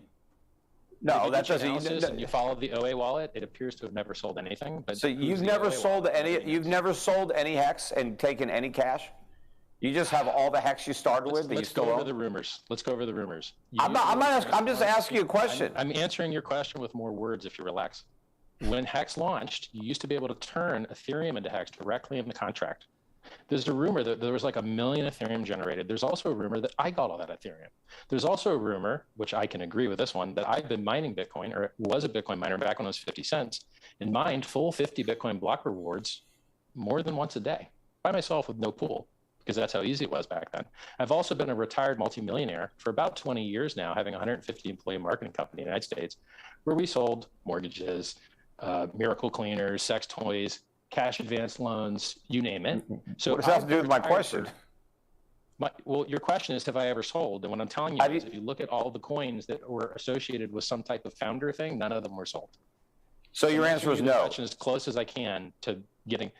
Well, it's a yes or no question. Howey test. I can't tell you. No. The Howey test has nothing to do. Of value based on what I do. No, if you think. No, but I'm not asking what I do. It's an expectation. No. The Howey test has to do with work effort that you are expending on your part. If you simply tell people how many of your own, but if you just simply giving people admit assumptions about your future behavior is no, I'm not fucking bog standard. I'm not asking you what you're going to do in the future. I'm just saying, have you sold any of the Hex that you created and gotten cash for it, or some other cryptocurrency? It's just a yes or no question, and you're not violating the Howey rule by telling me. No. So you think the price went up 1,000,000% because I was dumping my bags? That's what you think? Because you I also think said the opposite of that. personally, you said that I wanted the price to go up. So you say so you can sell. You want the price to go up so you can sell. Why else would you want the price to go up? Why would I sell the world's best performing asset when I own other? So you can do something with it. You can't do anything with Hex. Obviously, the people who are buying $7 million for charity. Why? Good for you. Wonderful reputation. The people who are putting their money into Hex intend to sell one day. They want to buy something. They want to buy a house. They want to buy a car. So they have to do it. But you're telling me you haven't sold any. You don't want you just have all your Hex. I've been retired for 20 years, bro. This for me isn't about the numbers. It's about doing more. I want to change the world. I want to make the world a better place. Well, I don't think you're going to make it a better place by conning them into buying Hex. Because you're the guy that's been wrong for 20 years. You've been wrong. I haven't been wrong. 20 years. No, I haven't. I've been right. I've been right a lot. I've been pretty right over that time period. Have I gotten everything right? Have I gotten all my? Because he doesn't want to say the answer. Like, Bob, does it matter whether he sold or not? What does that prove? If you don't count your Hex, I don't know if you have more money than me or not. I'm not counting the value of your Hex. Let me know when you raise 27 million for charity. Listen. What 27 you don't even million? Understand how Hex works. What, Hex 27 million? lending, but you don't understand that it's no. There's no lending. Who are you lending to? Yes, there is. Listen, when you lock up your coins, do you think he doesn't know shit? Disappears? No. That value is transmitted to the only people that can harvest it, which are the people that aren't staked. And the people that aren't staked get diluted, a form of payment, a form of interest. Right, but they can sell. No, they can sell. That are staked. Correct. That's Yes, right. but it's you're just transferring. It's a transfer. That's what I said. Correct. That's what So lending you're is. transferring Correct. it. Yes. No, but there's no real value being created. You're just transferring it around among the various people who own it. Why don't you understand that your virtual concept of value in your head Right. is not as real as the price that you can Get the sell fuck it out of for? here with that because value your shit. Chart is real. Your fantasy is not real. There's You a think difference things that have a between great price and chart- value. That's right. Price is what price you is pay. not value. Value is what you get. Right, and when you what buy you pay, Hex, value you is pay a what you get. price, but you get no value. There is no value in Hex. There's no value in Bitcoin. But there's a Here, price guys, because there's somebody willing to buy it, sure. But that price might not exist tomorrow when people no longer want to gamble, when the illusion wears off. I mean, at some People point, buy it top because of the they day. see the I called value. the Bitcoin top on the day, and I've done this 2 cycles in a row. While everyone else is telling you about $100,000 Bitcoin, $1 million Bitcoin, I'm telling you that this is the top, and I published the chart. And I've done that 2 cycles in a row. You call the top every single day because you're a noob No, I don't. speculator that doesn't know about technical analysis, that doesn't know about fundamental analysis. so It's never where's the mind bot? Okay, It's so not what's successful business is me. all right? So you You're new. okay? So where's the next low then for Bitcoin? Traditionally, Bitcoin dropped we're- 85% after a parabolic blow off top. This cycle So is different because the government it should go down to about 11K. All right, that's a reasonable expectation. Agree. And Yes, then- because and it's then- what it has been doing for decades. And what's going to happen to Hex? What's going to happen to Hex? Well, Hex continues to have giant dips like it always has, but it also makes new all-time highs. You got But what if 80% dip only cancels out a 5x pump, and when you have a 1,000,000% pump, you would have to drop 999999999% Right. to cancel it out. But just because Bitcoin or Hex has come back from a previous crash doesn't mean it's going to come back from every crash, because one crash may be the final crash. There's scientific. So you're saying that so Hex is guaranteed to go up? No, it goes up and down all the time. It just tends But is to it- go up more than down. It's Right, but it- 75%, like 5 or 6 times. Don't answer But it that. could drop I'm 95% your or Richard. 99% or 100%, can't it? Yes. And it may never come back, right? Literally, it's unlikely, that last part. The last Well- part's unlikely. Well, yeah. Well, what are the odds? I mean, I think it's more likely than not. Well, very low. Look, Well, based on you what? have to- well, I'll tell you. There's a coin that was literally made as a joke in an afternoon that is inferior technology called Dogecoin. Yeah, I heard of Dogecoin it. is a copy of Litecoin, and Litecoin is a copy of Bitcoin. And basically, the difference between Litecoin and Dogecoin is they changed the logo, and they made it inflate more. And it's actually, they don't even have their own miners. They're merge mined with Litecoin, and Litecoin's trash on its own. So it's a copy of trash. And I don't even like Bitcoin that much. You know, people say Bitcoin's never been hacked. Yes, it has. The network was forked once. Somebody printed 6 billion extra coins. There was another hack that could have been executed 2 years ago where anyone could have minted as many free Bitcoin as they wanted, but the developer responsibly disclosed it instead of just minting all the free Bitcoin. I tell people the truth about the prices, that every cryptocurrency drops 85% more often than people wished, except for stable coins, and they have huge counterparty tail end risk. I'm very honest about the price risk. I'm very honest about what these things can and can't do. Bitcoin's trash technology. It has very low throughput. You can never do all the transactions of the world on it. It has a very conservative roadmap. They almost never improve it. The price performance is garbage. So from the COVID dip, Ethereum outperformed Bitcoin by 3-fold, and Hex outperformed. So it with by- all those flaws, why do you maintain it's better than gold? Well, because the price chart of gold sucks, and Well, the problem with gold is No, you're just looking at a 40-year price chart. You know, so why don't you look back at? 40 years old, bro. How far back should I go? Well, if you were my age, you could go further back and see gold. When I was born, gold was $35 an ounce, and now it's $1,910. We're So not old it's done like pretty you. good over my lifetime. Flopping. You're No, I'm flopping. not. You can't start. But the you know what? conversation by saying I don't suggest anyone invest in it, and then come hard later. No. You're out. I'm not. Gold is a better store of value than fiat currency. And so if you want to save, I recommend saving so in hard gold. to There's a do. difference between saving and investing. You An you investment. pick a weaker opponent than fiat.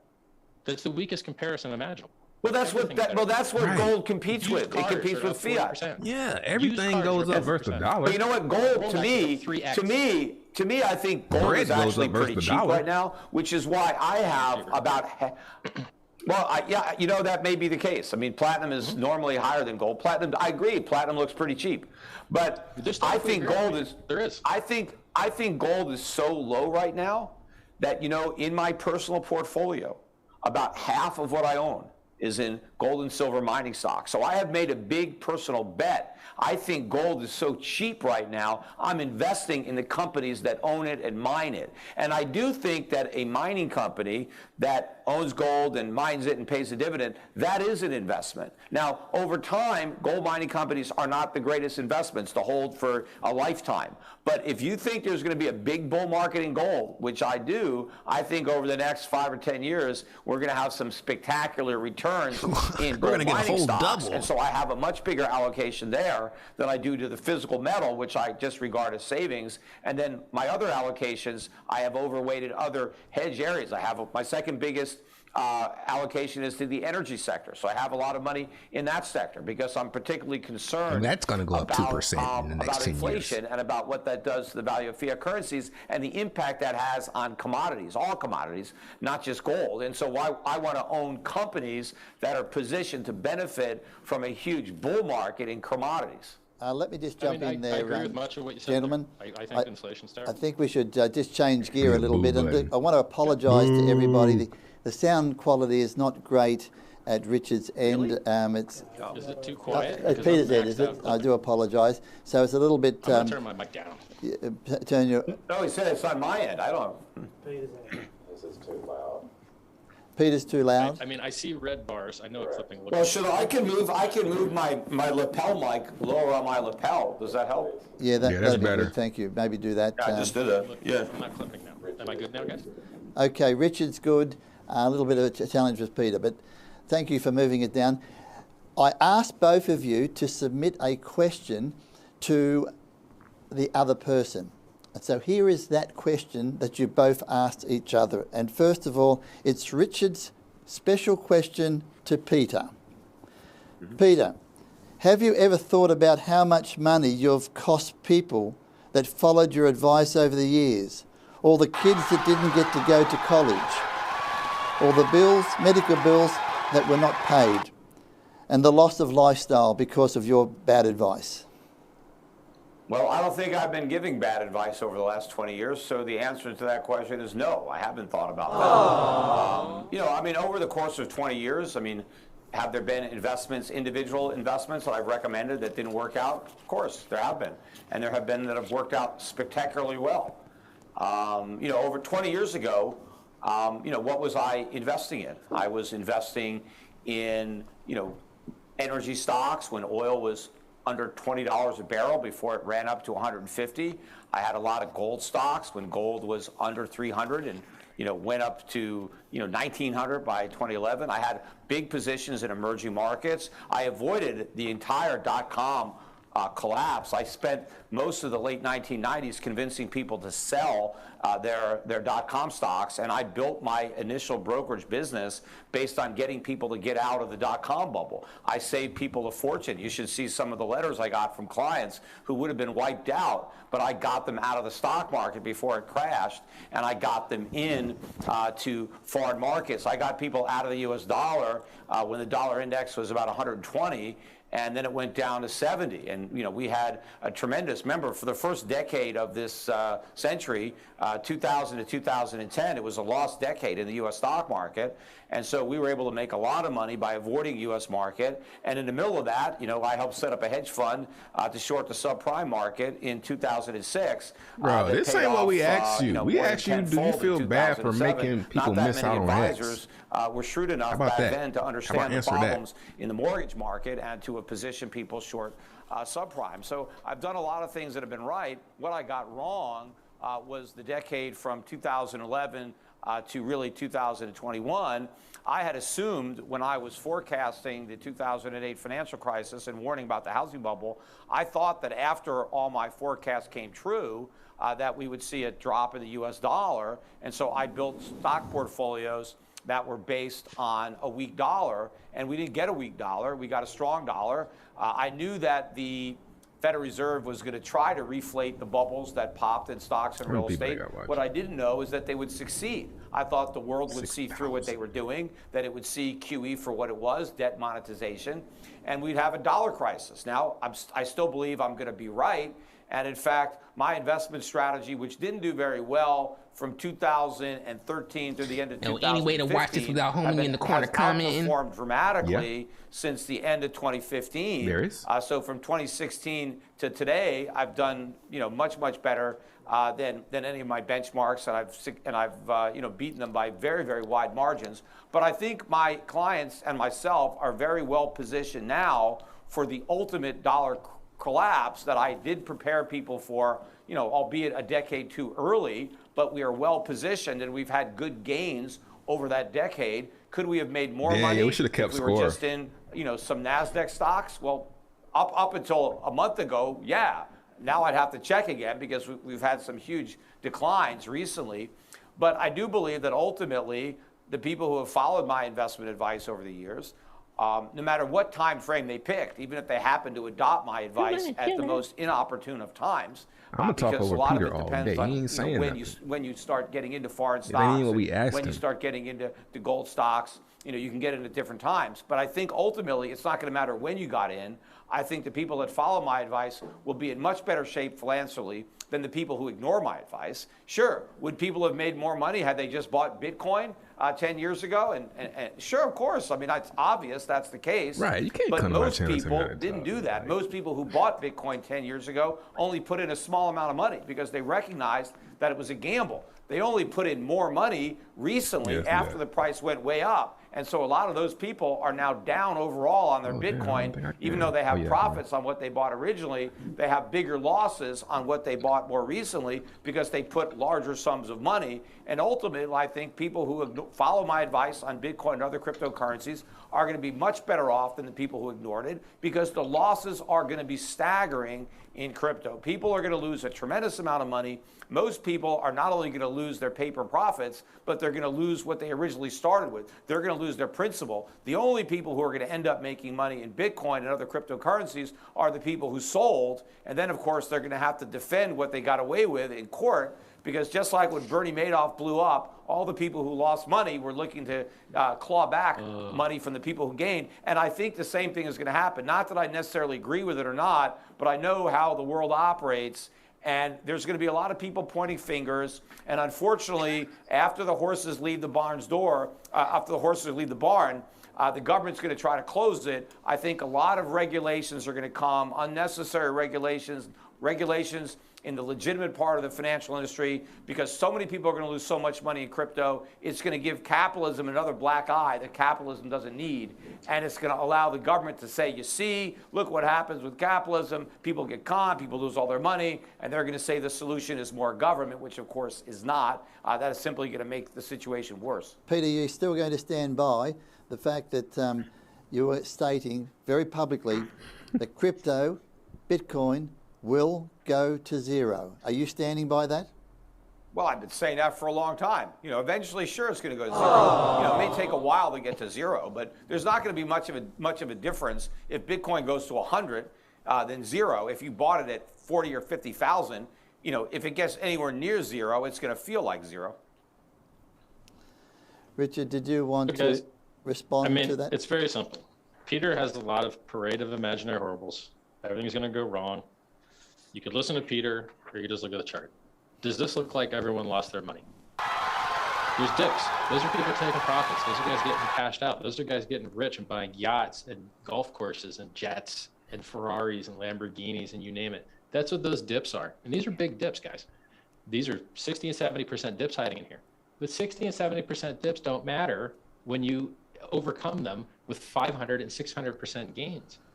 Cryptocurrency is the world of free money. Free money. As a Bitcoin holder, you got hexed for free. When I mined Bitcoin, it was free. I double-clicked an exe on my computer. As a hex holder, our community received free Uniswap token, free 1-inch token, because we use these products and we were just given the coins for free. We received free Git coins. We received tons of free coins out the yin-yang, literally free money. And here's what's weird about crypto and about me as a person.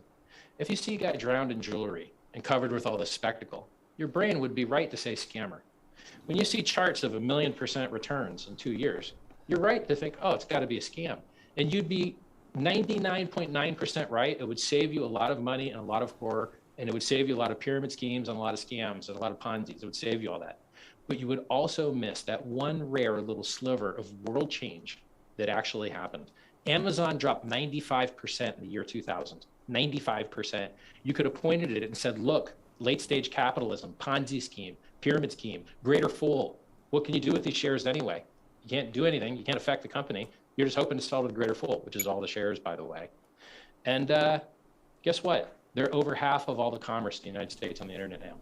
Over half of all the money made on the internet goes directly into Amazon's pockets, even though it dropped 95%.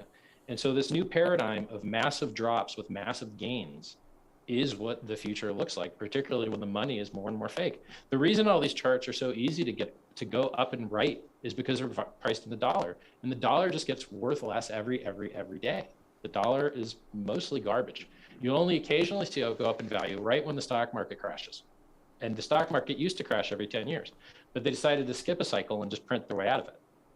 So I've created something that is one of the few things in the world that can change man's relationship to government. You don't have to beg the government to give you their fake inflated money.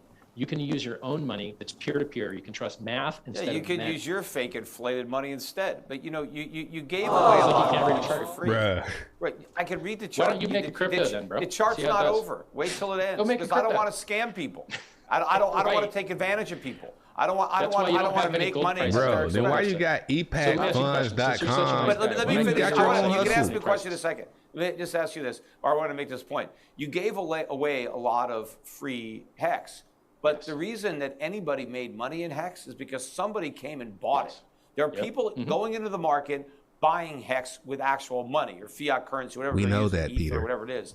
And the only reason some people who got free Hex were able to sell any and buy a yacht or a mansion is because some other fool bought that Hex from them. Okay. That's the person who's going to lose money. They put real money into your fake coins, and they're going to lose because that person thinks he's going to sell his at a higher price at some distant point in the future. But the reality is he's never going to sell them. They're not going to be worth anything because nobody's going to want to buy them. Gentlemen. Says the guy that's always been wrong about it. Okay. The chart doesn't lie, bro. The math is real. You can. No, If you don't like crypto, I'm not sell it for saying. gold. I'm not saying that Hex hasn't gone up from the day you created it until right now. So, But let's we've see got what like that chart 100,000 looks like. stakers. You don't Let's think see we're what gonna have that chart 200,000? looks like 10 years from now. Let's see what it looks like. I mean, because Wait till obviously, all the opportunity's gone. There you go. That's a good investment strategy. Yeah, Great you could have speculating. shown me a chart of Beanie Babies at the peak. You could have shown me a chart of tulips if we were in Holland and said, look, tulips never go down. Yeah. Look at this chart. The chart Did doesn't those lie. bubbles come back? Right? Did those bubbles come back? Did Tulip those bubbles bubble, come no, back? it didn't come back. The No. crypto bubble's not going to come back either. I've Once got it pops for It's good. come back 10 Gentlemen. times. Bro, No, the it never whole went away. planet is It on just war had with out of crypto. time. big peaks and troughs. We're running out of time, and I want to get this last question in. Peter's special question to Richard. Richard, how can any non-backed cryptocurrency be a long-term store of value if it has no underlying value to store? How are any cryptocurrencies really scarce when there are already almost 18,000 different coins to choose from and the supply grows every day? Right. This See, guy this is is biased. what people get so backwards. People think that inflation is always bad. It's not true. Bitcoin's greatest gains were when it inflated the most. As the inflation of Bitcoin has gone down, the gains have gone down. And so what matters isn't just looking at the demand side. You have to look at the supply side and the demand side both. And so when you look at altcoins, as a maximalist, Bitcoin maximalist, old one, I would say, God, all these altcoins, they're going to destroy Bitcoin. But then in fact, the altcoins and the Bitcoin went up and down together. And the more altcoins that existed, the more valuable Bitcoin began. Because they're not replacement products, they're complementary products. They amplify each other's utility in many cases. And so history shows and proves, by the way, as you add more stocks to the stock market, as the value of stocks going down, look at how many stocks you can create. It's going to drive all the other stocks down. It's the dumbest logic I've ever heard of. Here's other They're things, different companies with different That's right. businesses, That's right. different That's revenue right. sources. That's No, right. but all these Agree. cryptocurrencies are the same. They're competing for the Wrong. same market share. Wrong. Yes, Wrong. yes, they are. Wrong. No, you're 100% wrong. Bitcoin doesn't have stable coins. Bitcoin doesn't have smart contracts. Bitcoin doesn't have NFTs. Bitcoin doesn't have options. Bitcoin doesn't have leverage trading. Bitcoin doesn't have Peter's just the ability to log uneducated. into other websites. Bitcoin doesn't have play to earn games. Bitcoin doesn't have anything, which is why Ethereum outperformed at 3-1, and why I'm making a copy of Ethereum where you get all of your coins copied for free. And how many other coins can do what Ethereum does? And the value will keep going up because you think they're replacement products, and they're not. I'm going to As buy more some Hex, stocks man. and more companies were added to the exchange, all As of you their value said went yourself, up. they As more started cryptos were invented, Dogecoin. Bitcoin went up. They started Dogecoin beat Dogecoin Bitcoin, as a by the way. joke, and look what it did. Doesn't And look what matter. it did. It beat Bitcoin. It beat Bitcoin. Yeah, that just Dogecoin shows was you how started as a joke, ridiculous and it it beat is. Bitcoin. No, That's because right, it's all and a that's why joke. you have to learn. That's the joke. That's why you have to learn there's from the no market. there's no serious coin. The joke is on the people who are owning these things, who are hodling these things. They're The going to joke wake is up the to dollar. a stark reality. The joke is the dollar. The joke dollar is is stocks. The joke is your flawed. bank. They're all. It's everything's a joke now. Do you want to play the jokes that make you money, or that you can complain about all day while everyone outperforms you? Everyone's outperformed you. Coin started as a joke, outperformed you. No, Stop they crying haven't. and join us. No, Yes, they have. Most people who bought Bitcoin are losing money. That's Elon people, Musk owns more in Dogecoin than your entire net worth. Please be quiet. Elon Musk also owns, the richest guy in the world, also owns more in Bitcoin than you own. Yeah, you know You're what? not Maybe smarter he did than it Elon as a Musk. joke. He's smarter than you. I'm not claiming to be smarter than him. But you know what? He probably doesn't give a damn if Dogecoin goes to zero or Bitcoin goes to zero. But a lot of other he would people stop do. promoting Dogecoin because I feel it is inferior technology, whereas I have designed superior technology. Dogecoin is still proof of work. Why are you destroying the environment when you don't have to? Yeah, well, proof of Dogecoin's wait claim to means fame was nothing. changing There's the no logo. value to just waiting. Yes, there is. You're waiting Yes, for there is. nothing. No, there isn't. It is the Nothing's most- happening. The Personal reason that there's development. value in savings is because you're delaying gratification and you're making your savings available to entrepreneurs who can invest it in capital formation and growing the economy. There is nothing that gains. When people sit there and hold on to their Hex coins, there is no capital investment that finances. Nobody benefits because we go. somebody is holding on to Hex except the I've been people who waiting. sell. Yeah. So Peter doesn't understand how banks work. Let me prove it. Sure to you I real do. quick. Yes, I Ready? do. Peter, when you deposit your money at the bank, what happens to it? Well, the banks. Well, I put my money in the bank. Now the bank can lever it up, and they can make maybe $10 worth of loans or $100 worth of loans for every dollar. I put See, in. he's changed his Fractional answer. He's reserve been doing some debate prep. You're not giving the I same didn't answer you change my usually give. answer. So your usual answer is that they lend it out and then you make interest on it. They That's your lend usual out a lot more than you deposit. We have a fractional reserve system. That's right. Yes. So what's funny is Peter must have prepared for this debate because usually he says gold's useful in times of strife like war. We didn't hear that argument, which I'm ready to crush immediately. He usually says that when you give your money to the bank, they lend it out, and that's the reason you make interest. But now he's saying they lever it up. He's changed that answer. Well, which but is smart, because they it's lend true. it out, make they sure y'all can pay you subscribe, interest. by the That's where way, the if interest you comes knew. from. But they lend where it the out. interest For comes from is Hex inflation. content, crypto So content. your money never gets lent out. Your money stays at the bank. You give your money to your bank keeps your money, and it sits there, and it never gets lent out. And instead, what they lent out is inflation that the government gives them for free because you met their virtual fantasy rule of some reserve that they change. Yes, you provide the reserve, and then they can lever it up. Right. Yes, I am not a And fan of the fractional reserve inflation, banking system. exactly. I've been a critic of it. You get, that's right. So we agree on this. Watch this. We're going to agree on this. The yield that you get from your bank is from the inflation that the government hands them. And so your yield at your bank account, which is pitifully low, is from inflation. And guess who else gets rewarded inflation? Bitcoin miners for destroying the environment, Ethereum miners for destroying the environment, which also luckily maintains the consensus network. Yeah. And And Hex, that's why I don't keep a lot of money in my inflation. bank. I recognize that. I don't want inflation to rob the value. I'd rather own gold, but I'd also rather get good dividends on companies that I think are good investment values. So when your stocks go up in price, who are these greater fools buying your noob stocks that you don't even actually hold the shares? Well, I don't even have to sell the stocks. I just collect my dividends. I get my share of the profits. The stocks I own. Where pay do the very good dividends come from? From the earnings of the businesses. People buy their products. Greater People use their fools. services. People No, buy they're not music, you fools. can They just need download the it for free, products. right? So if I own, You just download it for free, right? stock, There's no value. let's say I own a chain of supermarkets, and so I make money selling people food. You're telling me the people who eat the food don't need it? They don't want that food? The reason people want food is because they don't want to feel hungry, and the reason people buy gold is because they want people to like them, and the reason people buy they buy cryptocurrency gold. is They because buy they food. want to have freedom. Right. They buy food because they don't want to starve, and they buy gold so they can buy food in the future. You can just because starve. you don't can't have store to eat. You can just choose to can't. You Nah, I can't buy store money. your food; it's going to I buy rot. food, but you nigga. can store your I don't gold buy and gold, use I buy that to food. buy food in the future. Gentlemen, But I You buy could money. also store iridium. gentlemen, Like it crypto. is sure. time. I'm sorry to stop you. I was hoping you could punch out. It was very nice. Richard and We should Pete, show our stuff. We should say where people go. Hey, y'all make We sure can't y'all hit tell the you like to button. Go to his website and buy gold medals. If y'all enjoy it. I don't think so. If you want some Hex But content listen, I'll do it for him. oh, that's, and how to get into early gentlemen, cryptos and stuff thank like you. that. This has been a wonderful event. I loved it. I hope we I've been can in crypto since really do it 2015. again. You're both gentlemen. You're both tremendous in the way that you handle yourself. Congratulations to talking you about. both. It was a pleasure I'm to on a work with you spaceship. both. And I hope we can do it again. It was outstanding. So I'll let you both go. And thank you again. And goodbye from us now. We're just going to have a little bit of a chat afterwards. Talk So I'll about some let you two guys crypto. go. What's good? Let's look at the Hex price. Let's see what it's doing. Let's look at a better chart. Let's go to trading view.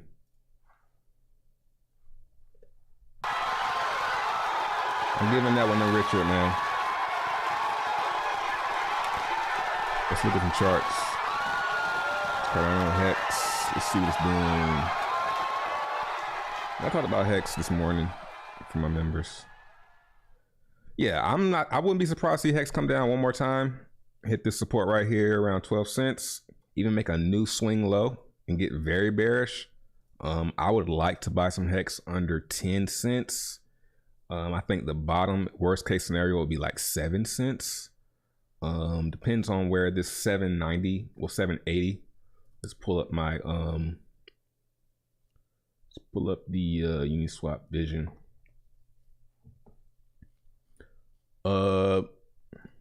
Get that out of here.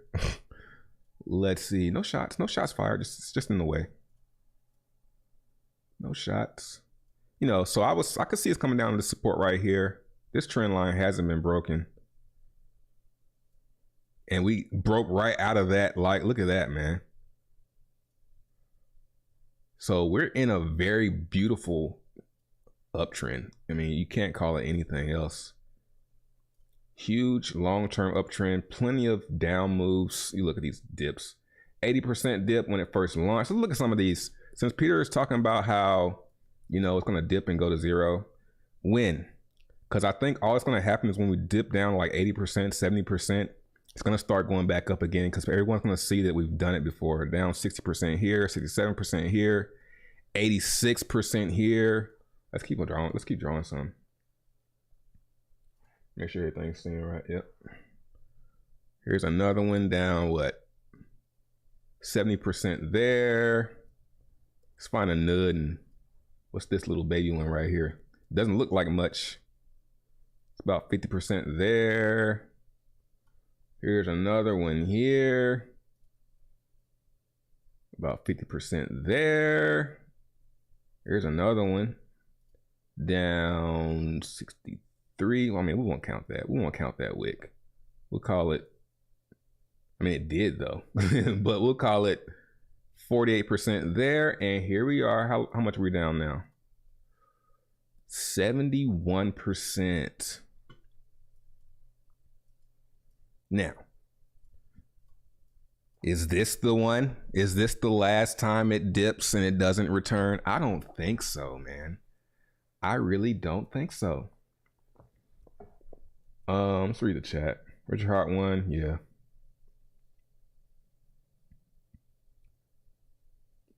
More, yeah, check out more tokens. Go to buy more tokens on Twitter. This is my project. Let's see, buy more tokens. Very early. It doesn't even have a token yet. That's how early this is. Pretty active Twitter page. I would recommend checking that out. We're not going to do too much shilling on that. There's nothing really to talk about there. What's this? This is the dollar mark. For bullishness, let's look at the bullish case. So we got this top right here. We're just going to draw this on here. Let's move this so we can see. If we get a break of this, very bullish, and a break of this as well, very bullish. This one will break really easy. Only it'll take a little bit of a pump. I think the post-X sacrifice ending I think that's going to give us some upward momentum. That's about 2 more days on that. So I think we're experiencing one last dip here. If it goes down to 12 cents, I might have to start buying at 12 cents because I'm not sure how much further down below 12. Because I would say 10 cents, but 10 cents is way down here. There's so much support at 11 that 10 cents, if it goes to 10, it's going to snap. If it goes under 10, which would be like 9 something, it's going to bounce off of this. I'm going to say guaranteed. I don't like saying guaranteed often, but it's a very high chance that if we dip down to this support here, it's going to be a nice launch pad. Look at this support. Look at all this support, man. So that's just my plan. It's not financial advice. It's just what I plan to do. I plan to buy some Hex under this support right here. I bought at 12. I think I bought as high as 17 all the way down to 12. And if we go under 10, I think that is a steal because you can get like 100K for like 9,000. That's a lot of T-shares. That's like 4 T-shares, depending on how long you lock them. Let's look at T-share chart. Let's educate. Let's look at some stats. Let's go to Hex Daily Stats. How many? We still got 800. Let's look at Hex Daily Stats. So we got 32 million in liquidity, and that's at our lows. And this is just coming off the highest liquidity, 45 million, 1600 ETH. There's a lot of Hex in there, but if this starts, when it's bounced, the inevitable bounce, which is coming soon, this is going to drain and this is going to go up. Price of T-share 3,000. This trends up. Let me go find that other chart. Is it performance? T-share. Let's try this one. Yeah. T-share price. I mean, what more do you want? You know what I mean? Adoption, everything is going up to the right, man. Except, I mean, this is going up to the right too. You can't really see, but this is a very gradual. I mean, this doesn't really need to pump, but this will go up over time too. Yeah, Hex has the best stats, man. The best. Let's see what this is. Oh, this is the performance versus Bitcoin. Man, outperforming every market. And look at this shit, man. Up 450, and this is updated. This is now 450,000%. Outpacing Bitcoin's growth.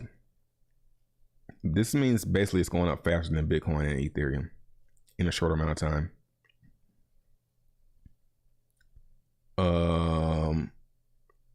Hex stakers ROI up. You know, the usual. What other stats we got here? Look in the Hex. Shout out Gerardo. Heat map. It's pretty much the same thing we just looked at. He's got the complex stuff. I'm not even gonna try and wrap my mind around some of this stuff. Yeah. What's up, chat? Share price should dip with let's see. So the thing about the share price, I think it's this one. Yeah. Let's do it like this. Let's go Hex Daily Stats. And I want to look at, yeah, T-share rate. This number right here only goes up. The lowest it can go is 0. So as people in stakes and, you know, emergency in stakes and all that stuff, this number pumps up. This is the amount of T-shares you get. Well, the amount of Hex it costs to get 1 T-share, and T-share is what gets all the yield. So this number going up means that this number, if Hex just goes up a little bit, it's easy for this to go up. So this chart will never be as steep. Well, I'm not gonna say never, but shouldn't be ever be as steep as the Hex price chart.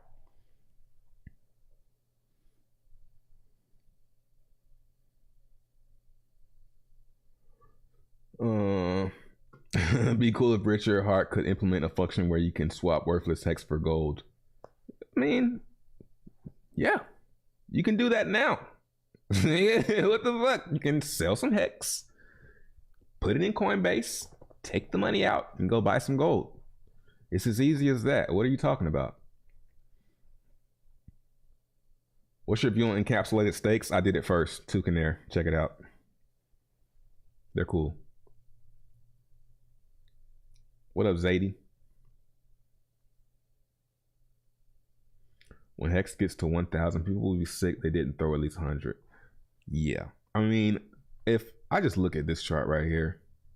Let me try and find it. Was it down here? No. I think it is this one.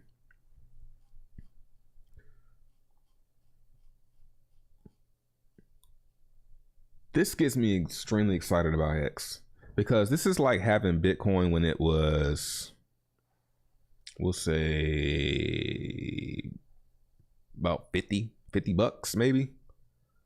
That's where we are on this chart. You know, maybe about this was 250 right here. So maybe about 200. Nah, because 200 was like right here. So yeah, like 50 to 100 bucks. It's very early. It's doing the exact same thing. It's parabolic and then it'll slowly curve out this way. But what this chart, what we are as a community are hoping is that it outperforms Bitcoin, just goes around it like this. You know? Not saying it's gonna happen, but I mean, it's been 2 years and that's what it's been doing, right? What up, Rocket Mob? Hex is an illegal chain letter. Okay, Kwame.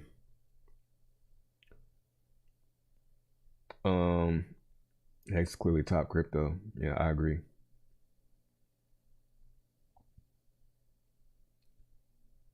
Don't be fooled. Peter Schiff is crypto savvy. He is getting tired of defending gold against the price chart of crypto market while yelling that it's all a tulip bubble for 13 years. Can you imagine? He's probably gonna take that shit to his grave, man. How old is he? Like probably pushing 60 something, close to 70. He's probably gonna take it to the grave, man.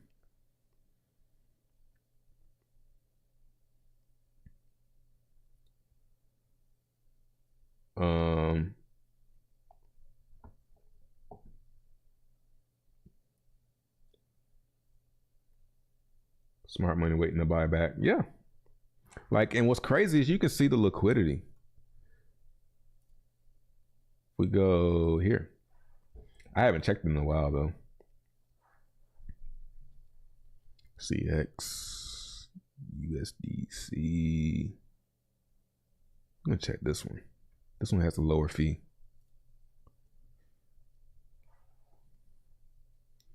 What's up, Lumi? Appreciate it. Appreciate it, bro.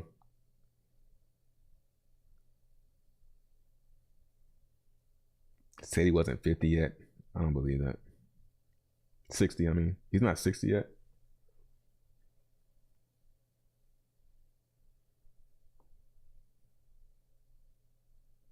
I mean, still 60. I mean, he's probably gonna take that to the. I don't see him changing his mind, man.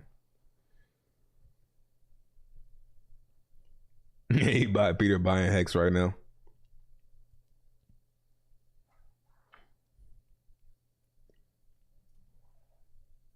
I wish there was a quicker way to zoom out.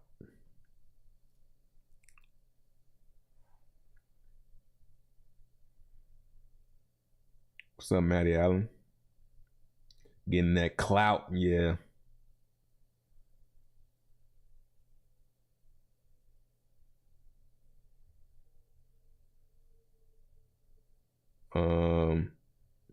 What would you rather be gifted? 1 million Hex or gold? I'm honestly gonna have to say Hex because $1 million of gold, where the hell am I gonna put it at? That's gotta be like, you know, if a bar is like what, 13,000,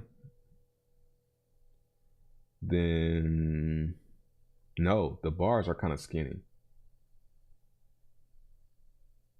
No, yeah, like a big bar is like 13,000, right? About like that. that long.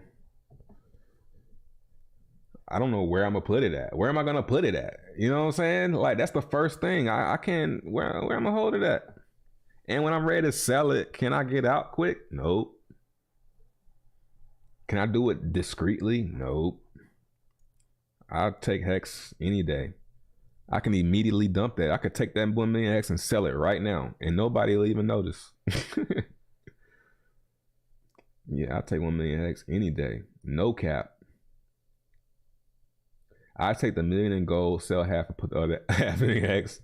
I mean, yeah. Good luck selling it though.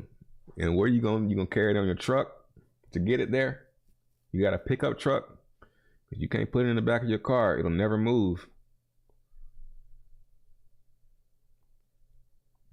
If you weren't doing crypto, bro, what would you be doing? Probably comedy. I always started doing stand up by now, for sure.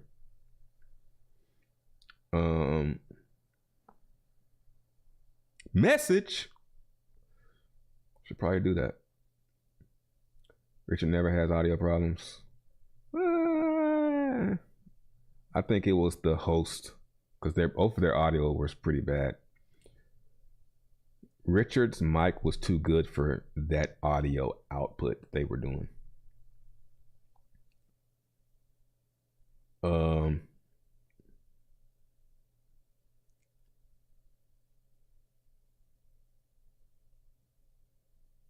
Take the bars and put on your desk. You can tell Peter does understand and refuse to learn. 1 kilogram of gold. So that's how much a gold bar is. 63,000. So it's not that many. It's still a good stack though.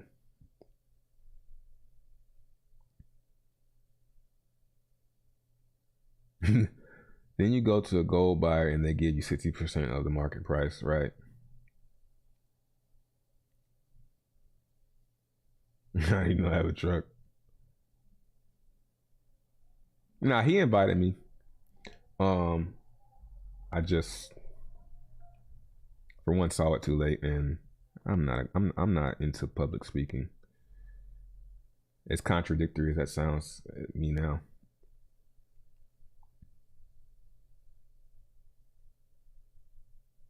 What's up, DJ Cryptmatic?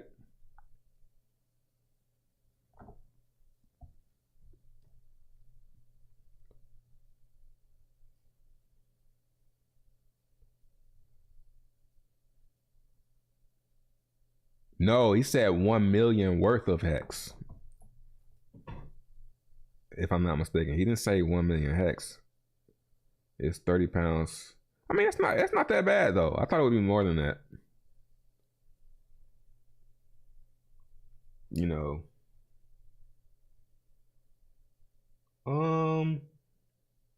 I'm still gonna take the Hex, man, because I can get rid of it quicker if I need to.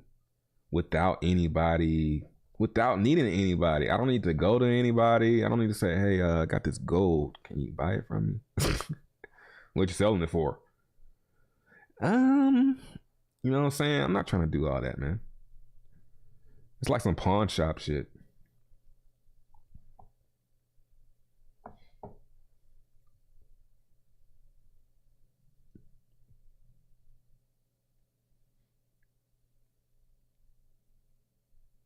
You can narrate audiobooks. You have a great voice. Yeah, thanks, man. Pause.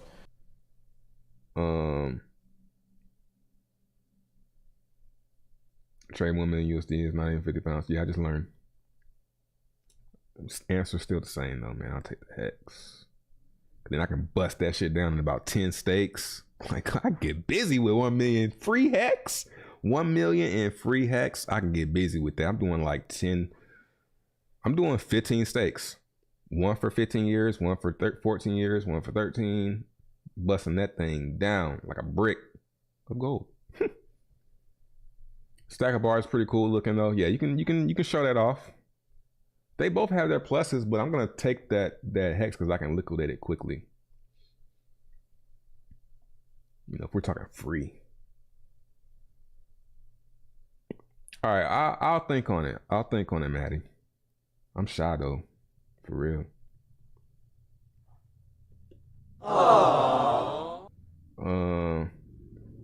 can liquidate Hex at 2 a.m. Yo, who the hell got a motorcycle on the ship, man? Who did that?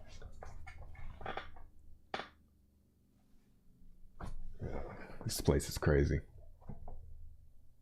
How about if you had to sit on it and sleep at night?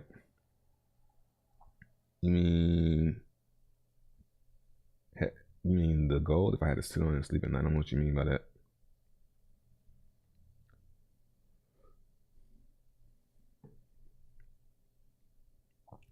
Show you some coin. You know, the only one I can think of right now is buy more tokens. My project. Cool bio. You like the bio? Read the bio. Tell me what you think. We have the greatest social media manager of all time.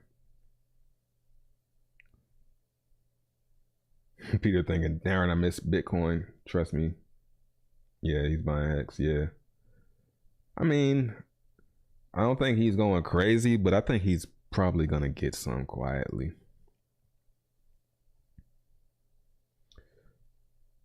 Gold is basically impossible to sell for market price. Crazy slippage at the pawn shop, right? Yeah, 1 million Hex. And when am I going to get it? Am I getting it pre-snapshot? I'm taking the Hex. I don't know though, because it's like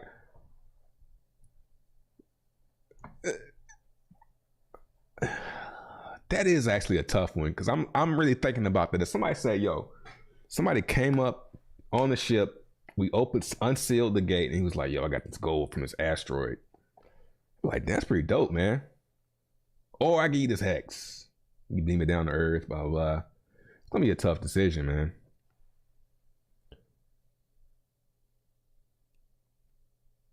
Yeah, that's a tough one actually, because I'm probably not gonna look. If I'm gonna take the gold, I don't plan on selling it. But the ability to be able to sell it quickly, I like Hex. It's cringe how Richard Hart didn't admit he sold Hex. I think there is a legal reason why he's not going to blatantly say that he sold Hex before. And maybe he doesn't want to say any definite answers. Maybe he doesn't want to say no either, because that's a definite answer. Because if you say no and then you do it one day, you know what I'm saying? So it's better if you just play both sides and don't say anything. That's why I like the sacrifice phase for more. The right to remain silent. I think that is a very critical law and right. You know, I don't want to tell you. What do I need to tell you for? I don't want to talk.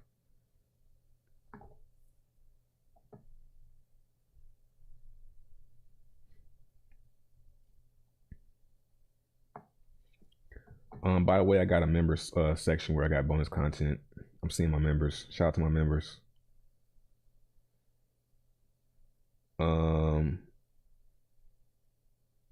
This debate clearly explained to bag more Hex.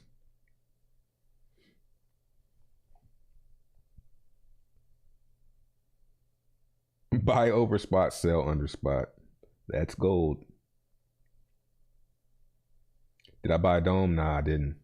I'm waiting on it. Just wait on it. Wait. Yeah, staking is the future. It's energy. It's like the most energy efficient way to hold value. You don't need to travel anywhere. You don't need to go. That's the first thing. You don't got to burn any gas or well, you might burn a little electricity, but not much. Not as much as a car would. Even if you got an electric car, you're going to spend more traveling to get some value. Unless you order it, and then you got to get ships involved, airplanes, boats. So I think staking is a very efficient. It's hard to argue against it. That's why I'm like, dude, what are you? More silence is golden. I like that. The OA has never sold Hex. Richard could have bought and sold however much he wants, as long as he isn't selling what he mints.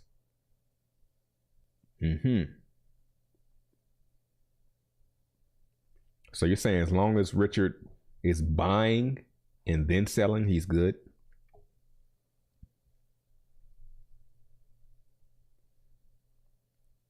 Why would R8 sell Hex when he has a F ton of other crypto to sell? Allegedly. That's why. Because that's alleged.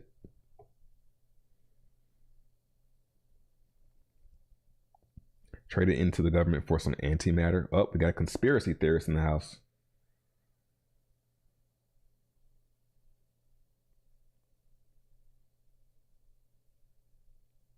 What up, Weekly Crew? What up, Rockwell?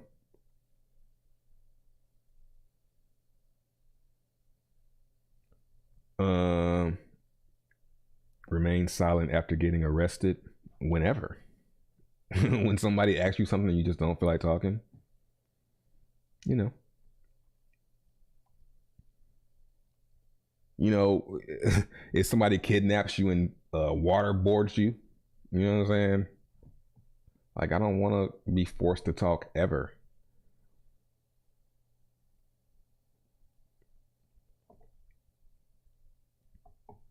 Richard's life goal is to add value to Hex, but he doesn't want to say it because he would fall under. Touche. Yeah, he's playing a very interesting game. It's fun. It's fun to watch. Like, get you some Hex so you can see and watch the show, man. It's fun to watch him.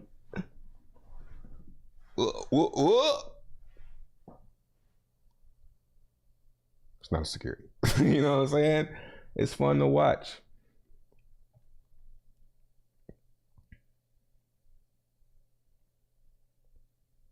All right, y'all can see I'm getting fried under these lights. Yeah. All of the lights.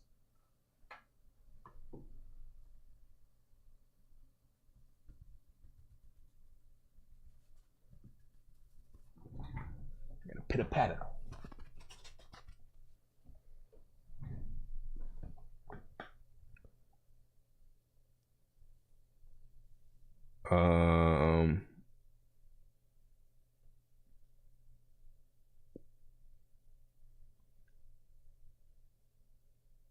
No, if he sells then buys, he's good. Okay. Richard did answer the questions. He said he has enough money already. People looking for that yes or no, though. I don't like yeses or nos either. Those are very definite answers. Going back, to more. That's a part of remaining silent. Like, give me yes or nos, man. The universe is very balanced. The universe is too balanced for yeses, definite yeses, and definite nos. I know. I'm on a ship. And where we at? Man, if you guys can see this, man. This shit is breathtaking, bro. It's breathtaking. Any red flags for you regarding Pulse Chain yet? No red flags. Do I want it to hurry up? Yeah. Am I thinking that this might be a scam? No, I'm not there yet. I might play like that, but I'm not there yet. Where's the replay? It'll be up after I end the stream. Do some stand up. I actually have some jokes, but I can't remember it. I'm not ready to do my act yet because I don't have my timing down. I haven't practiced, but I want to. But that is some motivation right there. Thanks for reminding me I should try some stand up. Oh, he just moved his bag. He can't sell. I heard Richard Hart in a live stream around the first 100X days. He has bought Hex already. I remember in a stream he said, I really love Hex. So what? Something along these lines. I really love Hex. So what am I more likely to do? Buy it or sell it? That's one thing I heard him say a long time ago. I don't think Richard has ever sold Hex, but remember he also had a referral address like everyone else. RH has personal stakes. Let's be real. Change the price when he's ready. I don't think Richard, this Lemon Ortega guy has really been, you know, anti-Richard. I don't think RH has much BTC as people think.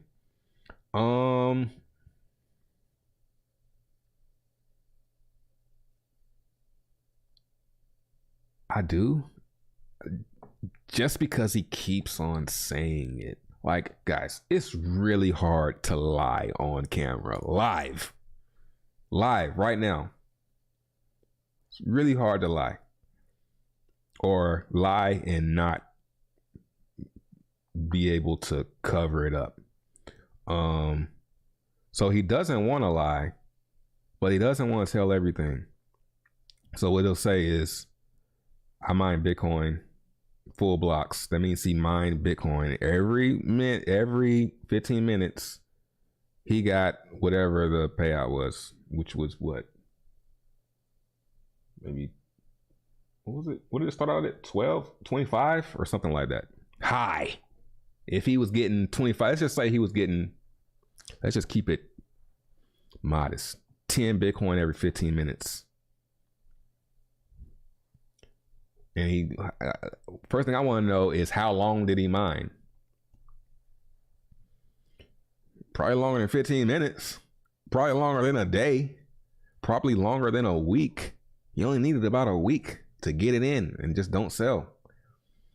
So I think I think what may have happened is he sold a lot of it and he regrets it, but I think he still has a lot of it.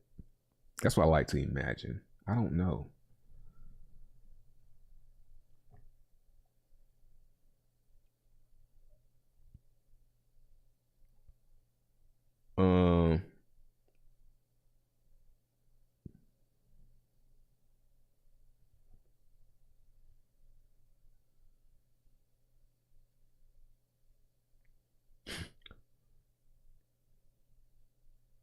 Elon comment, yeah. It kind of got him with the Elon thing. And to say, well, he doesn't care if it goes, dude, he got millions, maybe more than millions in Doge, hundreds of millions in Doge at least. I think he care if that shit go to zero. I'm not gonna just throw away a couple $100 million, no matter how rich I am, bro. I'm not gonna just say, oh, this will be funny. Even though it seems like Elon's kind of like that, I don't think Elon is ready to lose hundreds of millions on anything. He's a billionaire, but I don't think he's just out there throwing away hundreds of millions.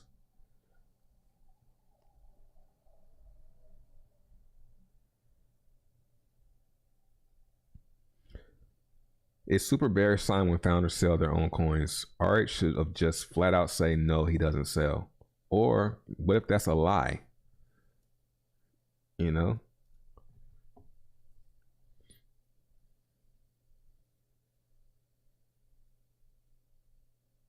Are you aware that RH is the real God? Well, I don't know that. There's speculation about it, though.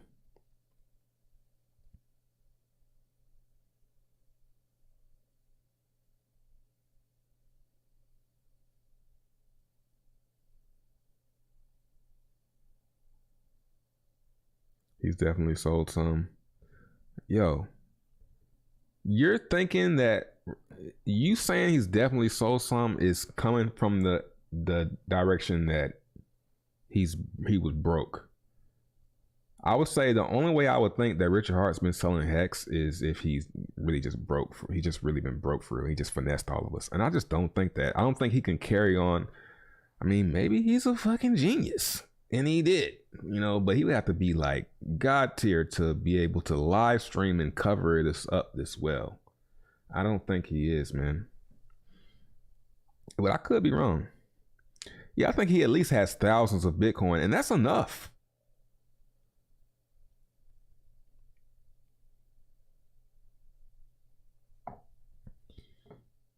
Yeah, see how much is in the sacrifice address.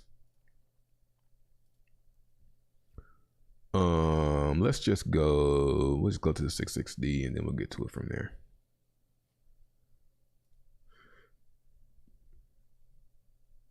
I guess I can't get to it from there. Let's do it like this.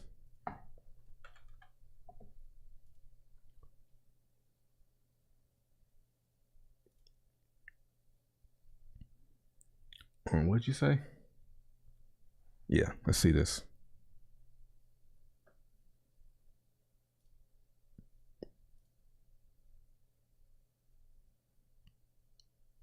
You know, I'm looking at this sacrifice address and it's making me want to get some DAI.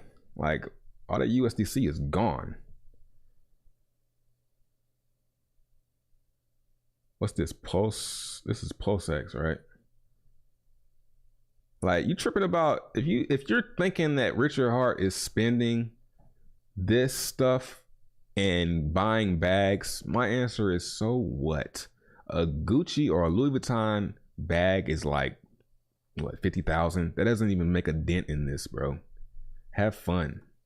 That's even if he has it. Let's go back. Oh, that's the Pulse X. Where's the, I can't find it. Where's the Pulse?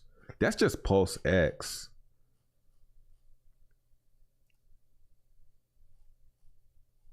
Damn, see? Oh, you almost had it. You gotta be quicker than that.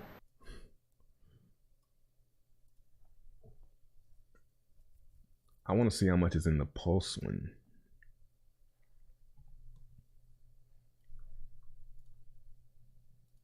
Time it's 7.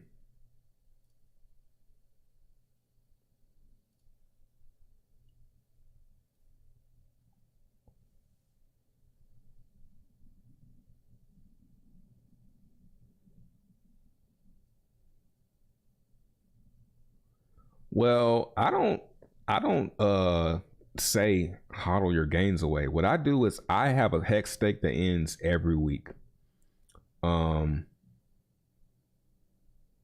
Got to click the wallet button. So it's all in here. I mean, it has 50% of the hex.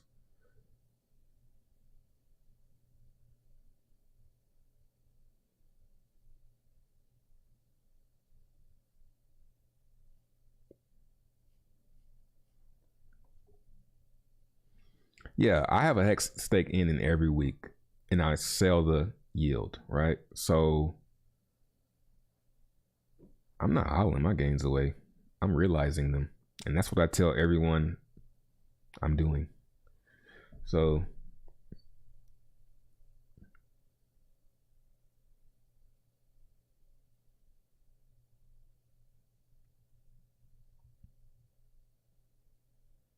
yeah, the fact that you in here talking with us about Hex, saying that you interested or you fudding it, trying to get it cheaper. Like, I would never spend my time in a chat talking about a coin that I have no interest in. Never. I've never done that.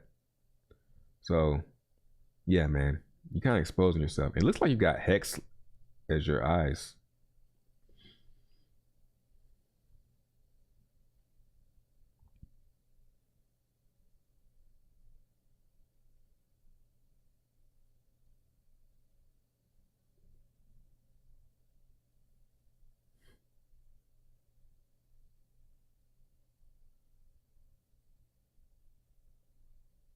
What's the utility of Hex? What's the utility of $1? To get spent? Right, utility shit is, what's the utility of Bitcoin?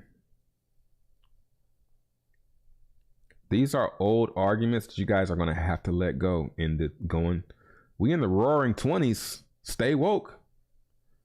You better leave that 20th century stuff in the past, man. It's the roaring 20s. You're gonna get left behind. That utility, guys, it don't matter. Dollar go down, so everything go up.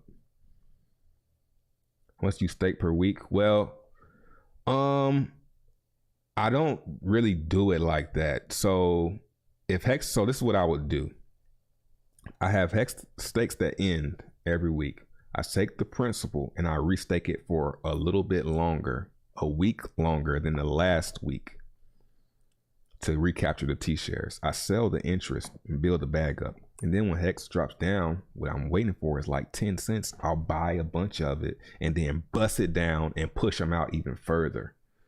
Because right now I got some 15-year stakes, but now I'm doing 900. I was doing like 800-day stakes, and I was kind of getting behind because I wasn't buying any, so I was having to restake, and I was kind of losing ground a little bit. Now I'm back caught up because I break it down and maybe split it in half and do 2 stakes in one for 1 week and push me out further. So now I'm doing like 900-day stakes every week when I get the one back that I did years ago or months ago.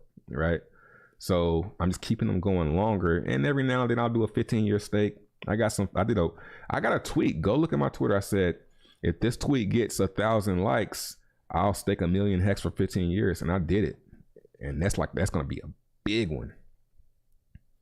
15, probably about 14 years now.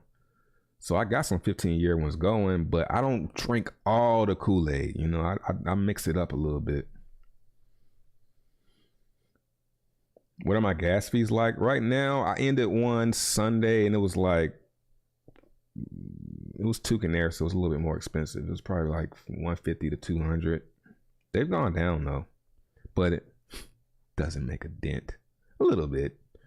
It's a little bit of, but I have other things that I use that print me ETH for my gas bills. You know what I'm saying? I have a DApp that I'm in that I only use for gas. I use it in my mind. So I'll say what it is. It's Bankroll Life. I have a nice, decent sized bag of ETH in there. And on Sunday, when my stake ends, I go claim the ETH from there and I use it for my gas. So I don't really take too much of a L in my mind. I mean, I guess you could say, oh, you're burning your divs, but I mean, it's all up here anyway. So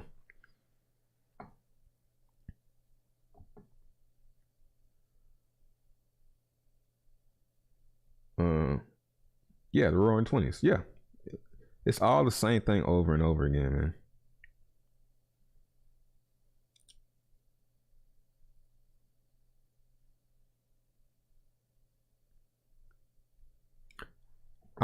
I wouldn't say we're deep in the cult. I just think we're in it.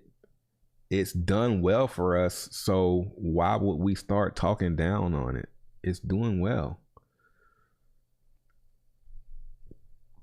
You know what I'm saying? I think cult is a culture. Yes, it's a culture. Hex is a culture. Yeah, I agree. Some people don't want to see you have anything. Yeah, like you just mad, bro. Like I wouldn't even be here if I was you. You just sour. And it's okay, man. I get it. But I ain't never been that low, man. I ain't never been in no chat talking down on something I don't like or pay attention to. Never. Ever. So you gotta be trolling. Or be a very, very sad person. And I'm sorry to hear that. Aww. I have 2 15-year stakes. I got more than that. I'm about to do some more. I'm kind of waiting for us to get away from this big Godwell stake that just happened because he staked for 15 years. So I kind of want to get like a month out away from that and then do a 15-year stake. So whatever he does 15 years from now. And then in a couple years, I'll probably stop doing 15-year stakes because I'm going to be kind of old. But that probably won't be till about 5 years from now. So, I just keep playing the game. That's what I'm doing, playing the game. While bankroll is still kicking. Yeah, that's what you do. You stay in the contracts. I'm in all my 2 Canary contracts. I'm in a couple bankroll. I'm still in the Tron contracts on bankroll. I need to reach out to BT actually. Yeah, gas is pretty low right now for ETH.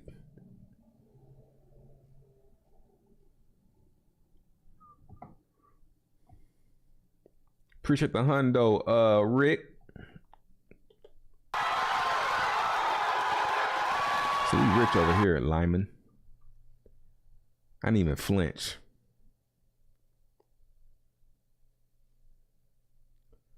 So there's a depression coming in the 30s. I would not be surprised if there's a crypto depression in the 30s. Or some type of depression. We get too into the crypto and then something happens. It could be.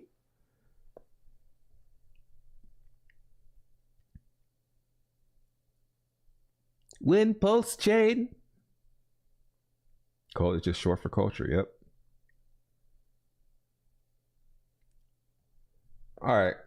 I'm about to get out of here. You guys check out Buy More Tokens. It's my project. The link's in the description as well. But you know, this is not anything. This is just a token that might exist one day. It doesn't even exist. This is just a Twitter page and a Telegram. So yeah, I'm out.